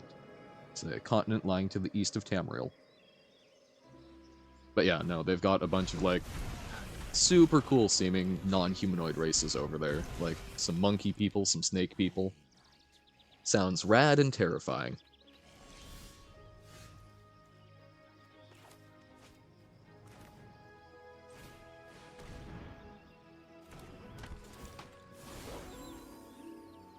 I think we get rid of Kaya, because I'm so afraid of that getting resurrected.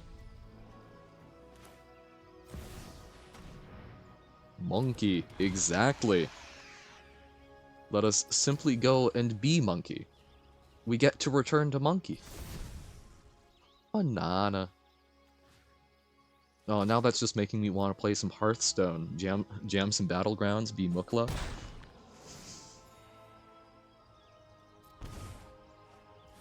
The best Monkey.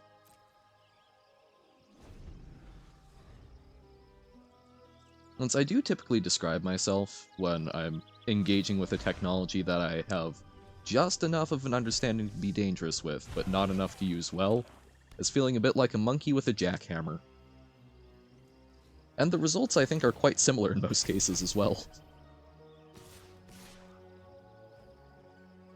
Of Donkey Kong Country. Me, once again, quietly being ashamed that I haven't also...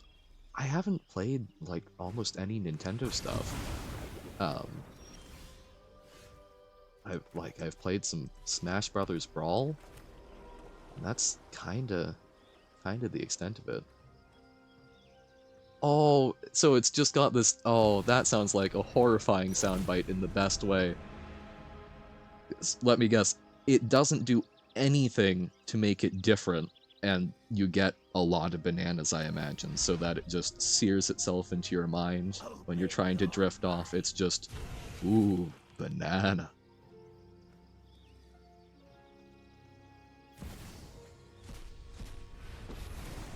Ouch, that stings.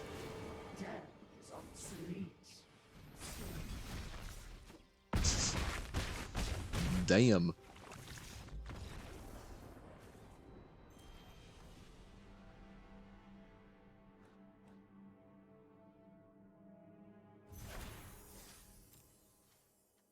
Dynatomaton. Feel like we should just call him Tommy. Okay, so I need to cast some green spells here. Or red spells.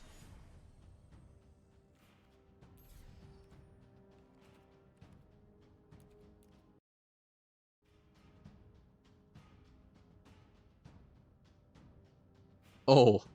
Oh, oh, banana. Oh, no. That... That's scarring. That's glorious, thank you.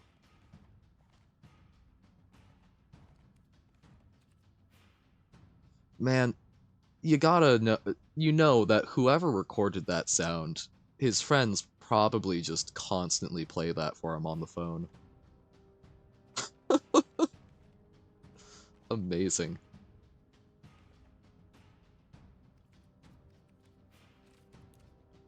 You know, let's jam some mono red.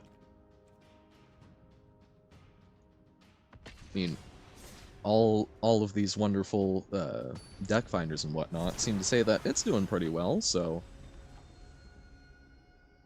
should be running it. Year in two. Oh, banana. Oh.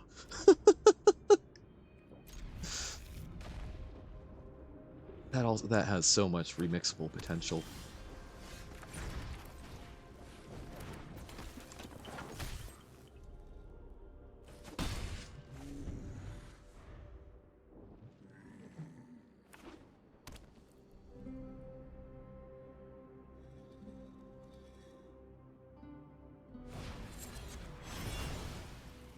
Get virtued myself.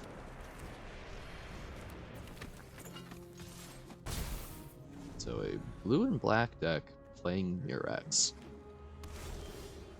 Does Esper actually play Murex? That feels greedy.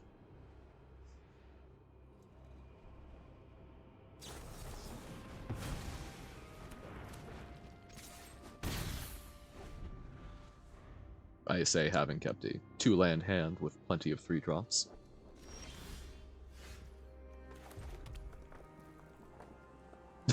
Exactly! Everyone's favorite Feldon.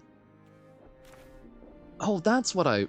It's like, oh, there was some bit of magic lore I need to look at. I need to look more at Feldon, like you were saying, so that I can remember anything about him.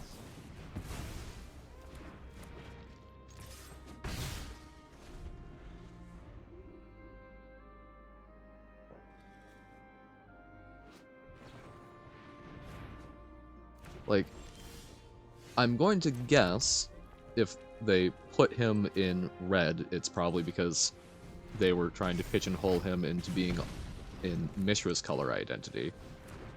Or at least Mishra's modern color identity, because didn't we see a Mishra at some point that was like Grixis, or am I just making that up whole cloth? But then, so I'm guessing he had something to do with like, um, nope, I shouldn't even try, because I'm like, oh, so something to do with Takagio, right? Was he a particularly emotional artificer?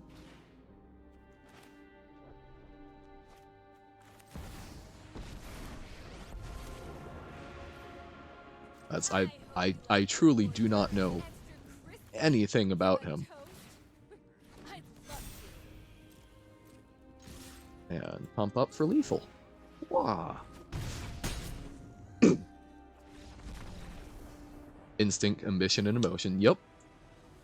Hence why you get the Boros versus the Azorius.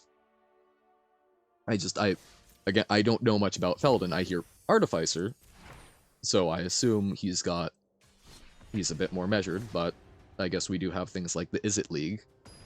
So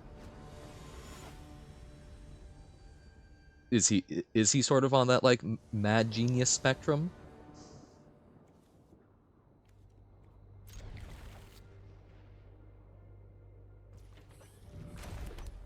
Wow, why is this the first time I'm realizing that mad genius works very well in red as both mad as in a little crazy and just angry? Because this seems like a mad genius. He's angry and gonna beat your face.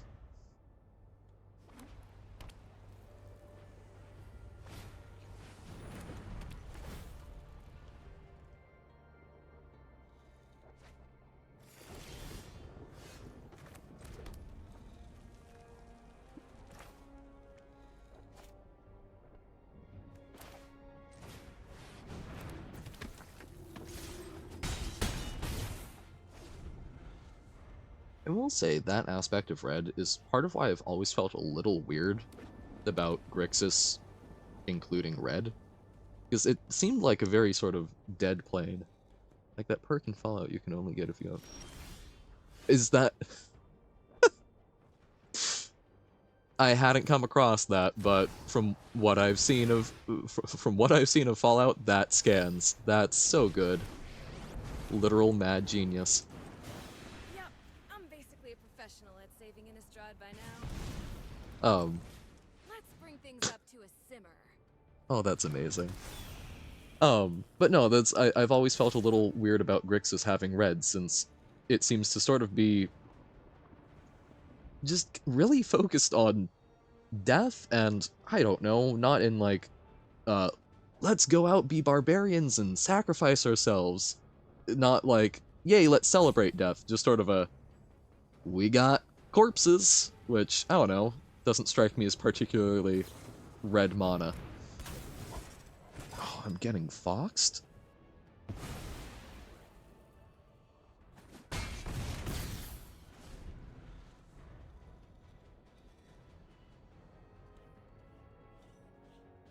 Yeah, no, exactly. Like, that...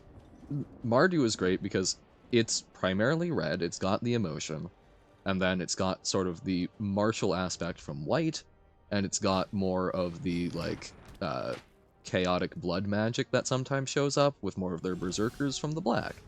Like, I think that's an amazing bit of storytelling that works out perfectly. Um, Whereas Grixis is supposed to be, it's sort of primarily black. Um, but then, so obviously, since those were the shards, so it was going with the allied color pairings. Black is aligned with blue because of, I've always gotten the impression it's the like cold calculated aspect, and associated with red because of the shared, sometimes proclivity for violence. So, but that's, I don't know, at least from what I remember of seeing of Grixis, I wasn't really tuned into Magic when the set was coming out, I guess. But they seem to be a lot more static. There's not a lot of like passion involved in the land of death. So, I don't know. It's one that's never fully clicked with me. I think the in New Capenna, I guess it was Maestros that color pairing was. I think that did a better job because they had like the sort of obsessive hobbies with their art collection, which I think kind of brings in that red mana aspect more and felt comfortable. Although I can't bring myself to change the language that I've used for referring to the shards and wedges that easily, so still call it by the Alara rather than the new Capenna names.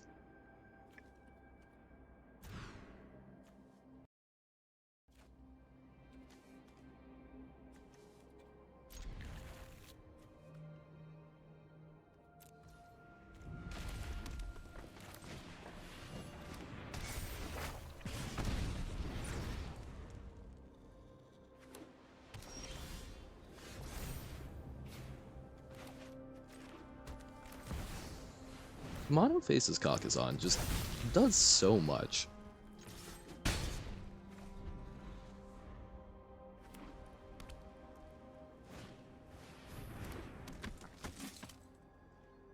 Oh. What was one of the other phrases you used? Touché?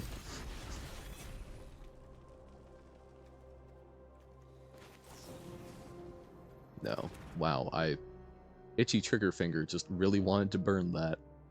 I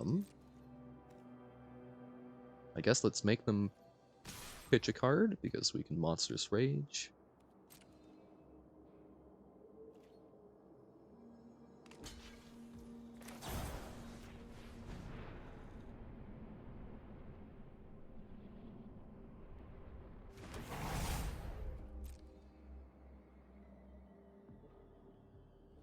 And I don't think we try and burn in response, because they'll just discard another card.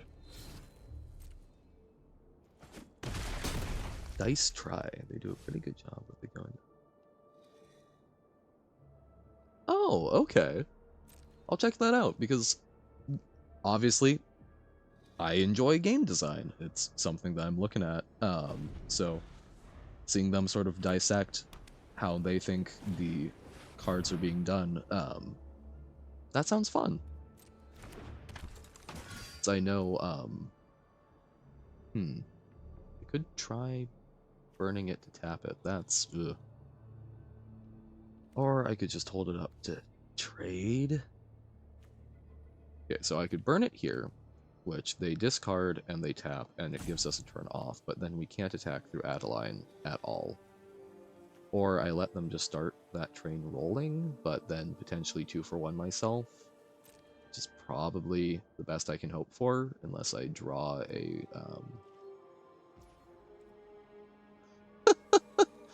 Or I terrify them enough.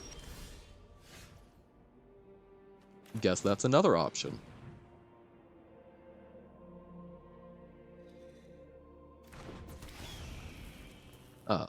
But I remember I was watching Ristic Studies talk about Siege Rhino, and he had an interview where they talked a little bit about the card design process of that, and that fascinated me, so seeing some people try and dissect it from the other side, I think would be awesome.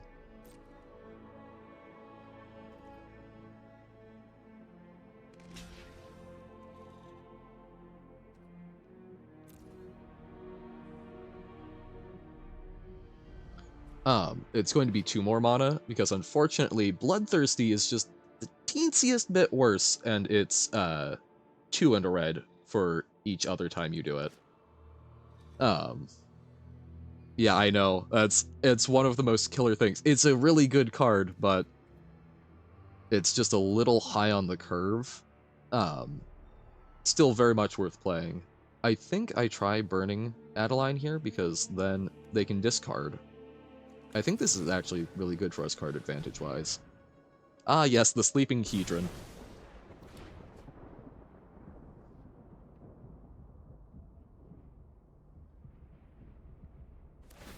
Super fair. It was, it's pretty critical for the Explorer version of Mono Red, since you've got some very good spells that you can get back, but...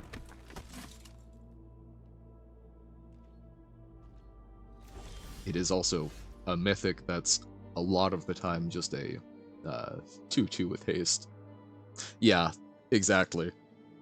That's, I I have a lot of the like green white, and I forget there was one the blue red lands, because I was figuring, oh, those are pretty important for those formats, so should use those wild cards first. It just feels bad when you do, though. You want to use them on the big fun things, not the making sure I can cast my spells on time things. Or at least, that's how I interact with them.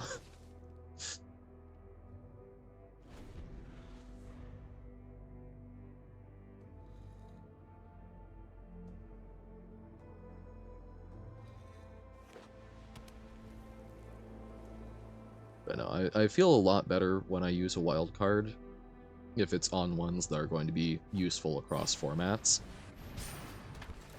Like, the Knight Errant was a little bit of a hard sell for me, but I'm betting with how it is, it's going to be good in a number of white aggressive decks and a number of varieties of human-style decks, so it's probably not the worst one to be pumping some resources into. Okay, so I can attack in for 1, and then I can play a 3/3, or I probably still just hold back, because they didn't actually find much more. Or, they did find a lot, but I can block the 5/4, and then I'll be taking 6, 8, 11, 14. So I still survive, and then this way if I draw a land, I get to flash back the strike for lethal, because I need that reach.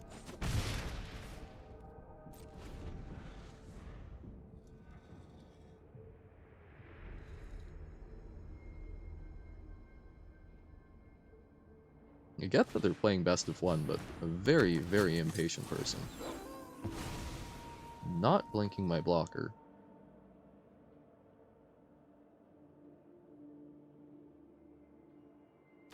So I actually really want a land here, I think.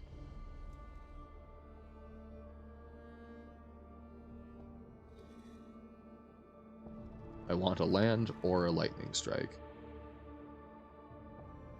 I think I don't bother blocking since it's not lethal.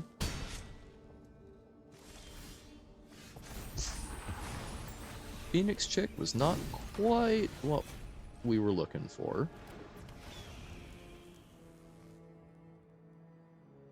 Can't get back Phoenix Chick.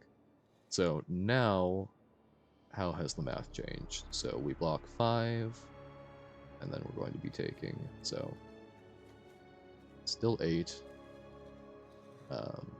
11, 14, 17. I don't have a chick in the graveyard right now, it's just exiled. So I don't think we're, yeah. So 17 is what our crackback would be, or we can block an additional, so I think we need to play the adversary. As much as I hate to do that, because we need to be able to block that little bit more damage. I mean, we got the second chick, so a Monstrous Rage would be lethal, a Lightning Strike would be lethal, or a Play with Fire would be lethal. Or actually, with, my gosh, they're at 2, so another chick would be lethal, another Kumano faces Kakazan. We've got a lot of things that can reach and burn them. A Chandra would do it. We're just, there's also a very reasonable chance that we draw a land.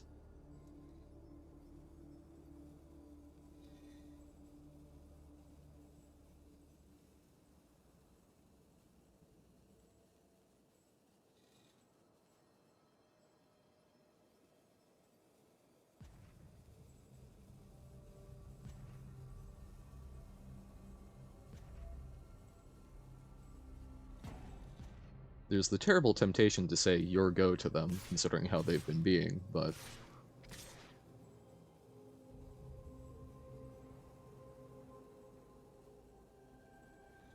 we shall not stoop to their level.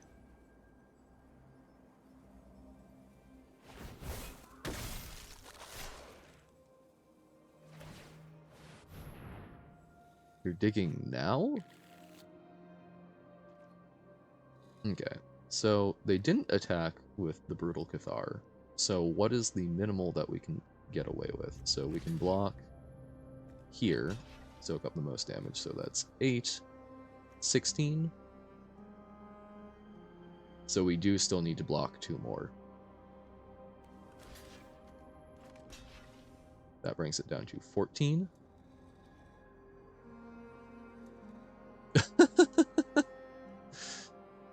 um, I guess deigning is to dignify, whereas stooping is simply to bend over, go down to. Haven't thought about it all that much. But I think we do this, so then we're taking 6, only 9 damage, and we're left with an extra attacker, so we've got even more lethal options. I think this does it, unless they have a combat trick. Like, we need to not draw a land, but a haste creature or a burn spell, anything that deals 1 damage one way or another. No! All that work. Good game. Oh man. That was close.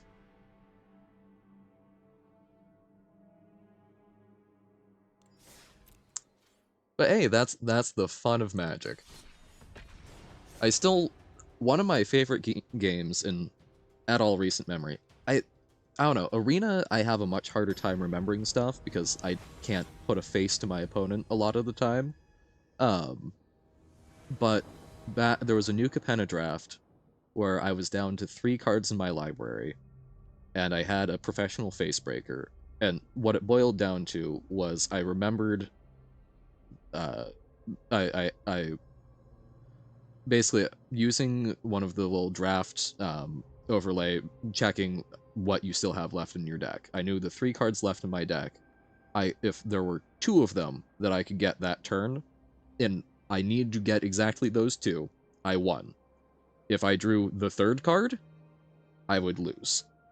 But it was there, I took the shot, I got there. But it was not a position that I thought I would win. Felt like my brain was running on all cylinders.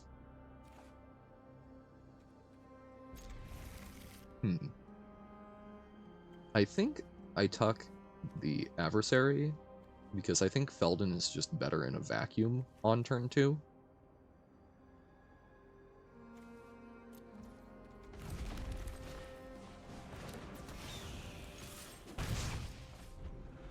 No, I think that's part of why I really like Limited a lot, is you often get into those very weird board states, and you're just like, what is the way that I can be getting any incremental advantage?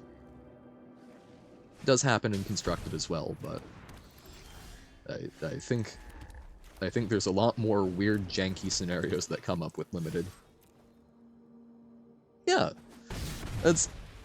Constructed is fun, but a lot of times I think the metagame converges and it can get kind of stale. Whereas Draft, even though sometimes they do converge, there's still new stuff that people figure out how to do. Pay 3 life? I mean, we're a red deck. What's coughing up a little kidney to make sure that we get through a blocker? Although, if they've got a lot of life gain, which I assume they do. Yup. Good old board stall. I have very fond memories of, I think it was Kaladesh at my local game store. I had this terrible, terrible deck that basically gummed up the ground and then just pumped out a bunch of 1/1 Thopters with Whirler Maker, which is like 4 and tap it to make a single 1/1. But those board states we kept taking over the tables next to us. Yup. You get that one card that ekes on through. Breaks the stalemate, helps you go over the top and crash on through.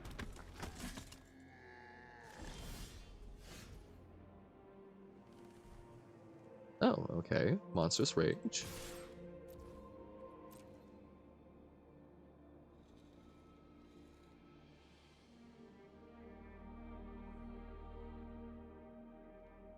Don't you want to block and draw me a card?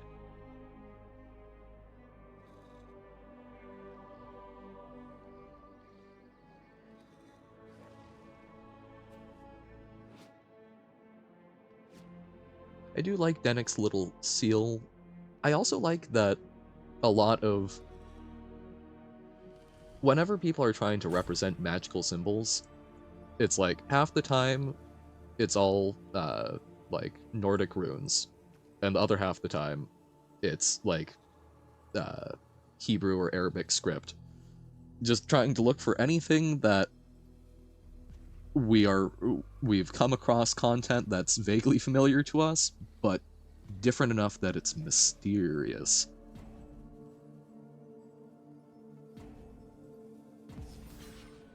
Okay, they're doing it. I'm going to be real sad if it's a cut down, but if not, oh, well, that feels good.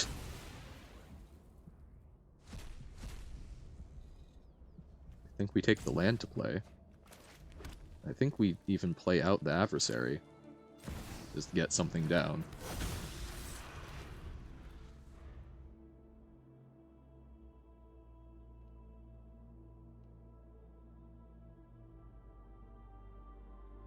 I think the truly goofiest limited deck I've had was back during Shadows over Innistrad, or I guess it was Eldritch Moon. With the meld mechanic, I opened the Gisela half, the good one. Wish we'd see more of the Georgian and Armenian script in popular media. Oh yeah. I knew that I know Georgian script is. Do they share it with Armenia? Because it's very like. It's a lot of very rounded, tall stuff, if I remember from when I've looked at it. Which, yeah, it's good, cool vibes.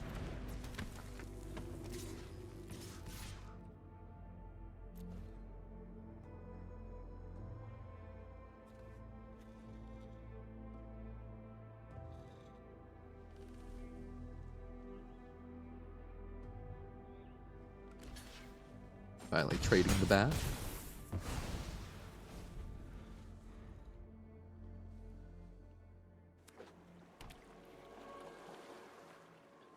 No, it's whenever I've tried looking into, like, I am not someone who has a particular belief that spellcraft works. I like playing Magic, I like playing D&D, I enjoy the vibes of those things. I don't go, oh yes, there's real witchcraft and spells in the world. But I think it's cool that there are people who do. I think it's cool that people have tried to figure out how to make that work and such.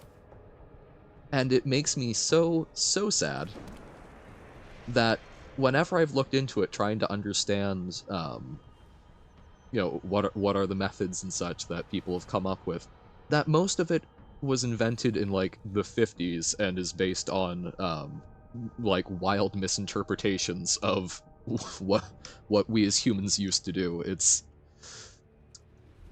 I just wish it was a bit more cohesive. I agree. I think there's a lot more roleplay opportunity.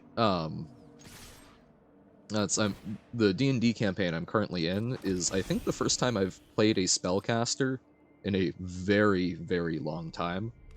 And even then, they're a warlock hexblade, so I've got more of that martial ability.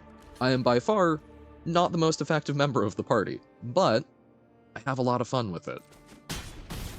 I like hopping into the middle of the fray and having a sword, and then turning around and blasting someone with,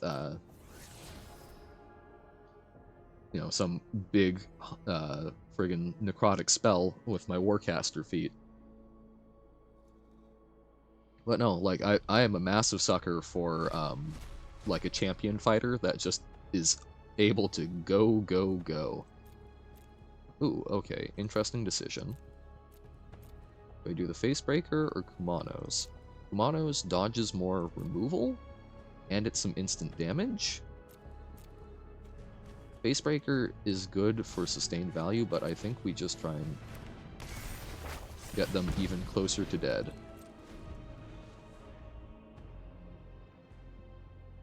Oh, sweet! That's Pathfinder seems really cool.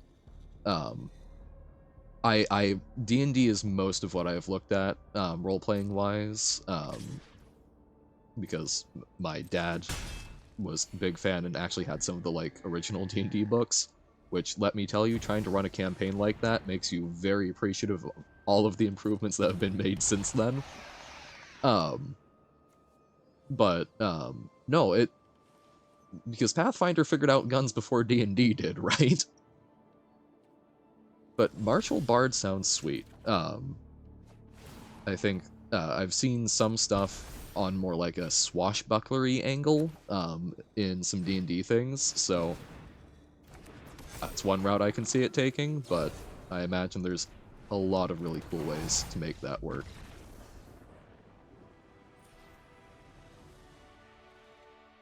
Sick. I think that got the quest, but I'll do probably one more game before I wrap it up before the Night in the Woods stream later in the day.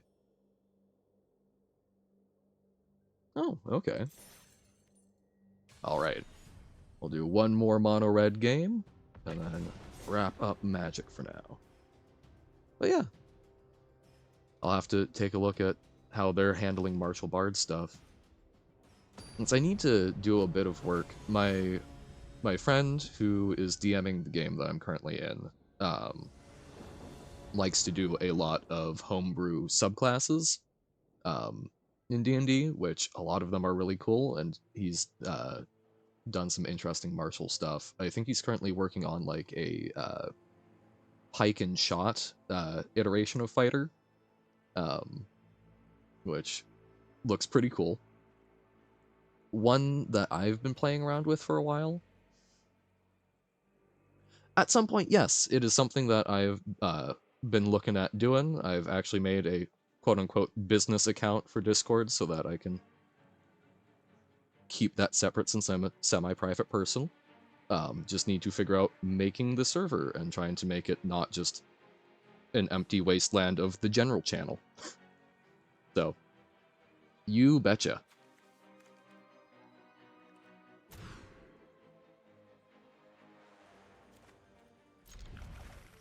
Doop, doop, doop. There we go.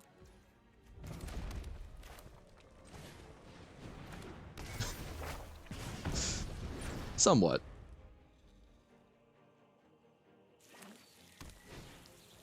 I'm one of those people who has had people try and look them up before and go, wait, why can't I find anything about you? And it's like, because I'm... That's what idiot originally meant? I guess I've never looked up the etymology of that.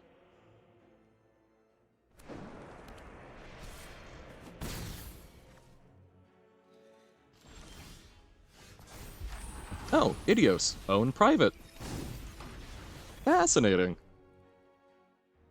But makes a certain amount of sense that the people that were basically keeping to themselves, I suspect there were probably a lot of those who were folks that were of some sort of diminished mental capacity, so I can see where that route would come forward. But no, I think my favorite semi-humorous way to convey that I'm a private person is I come from a long line of people who have a history in the census records of their birthdays being April 1st. Seems that it's a good old family tradition to tell the government knocking on your door that maybe you don't need to know all that information about me.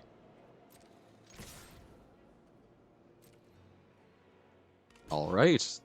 I think that was a pretty darn quick smash on through.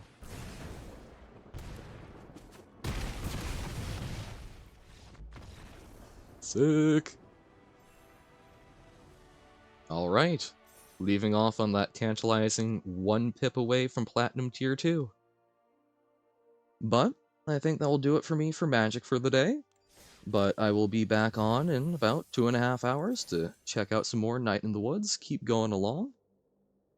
Thank you for watching. I appreciate the company. And I've got a lot of stuff that I need to look at in the next couple hours. So thank you for tuning in.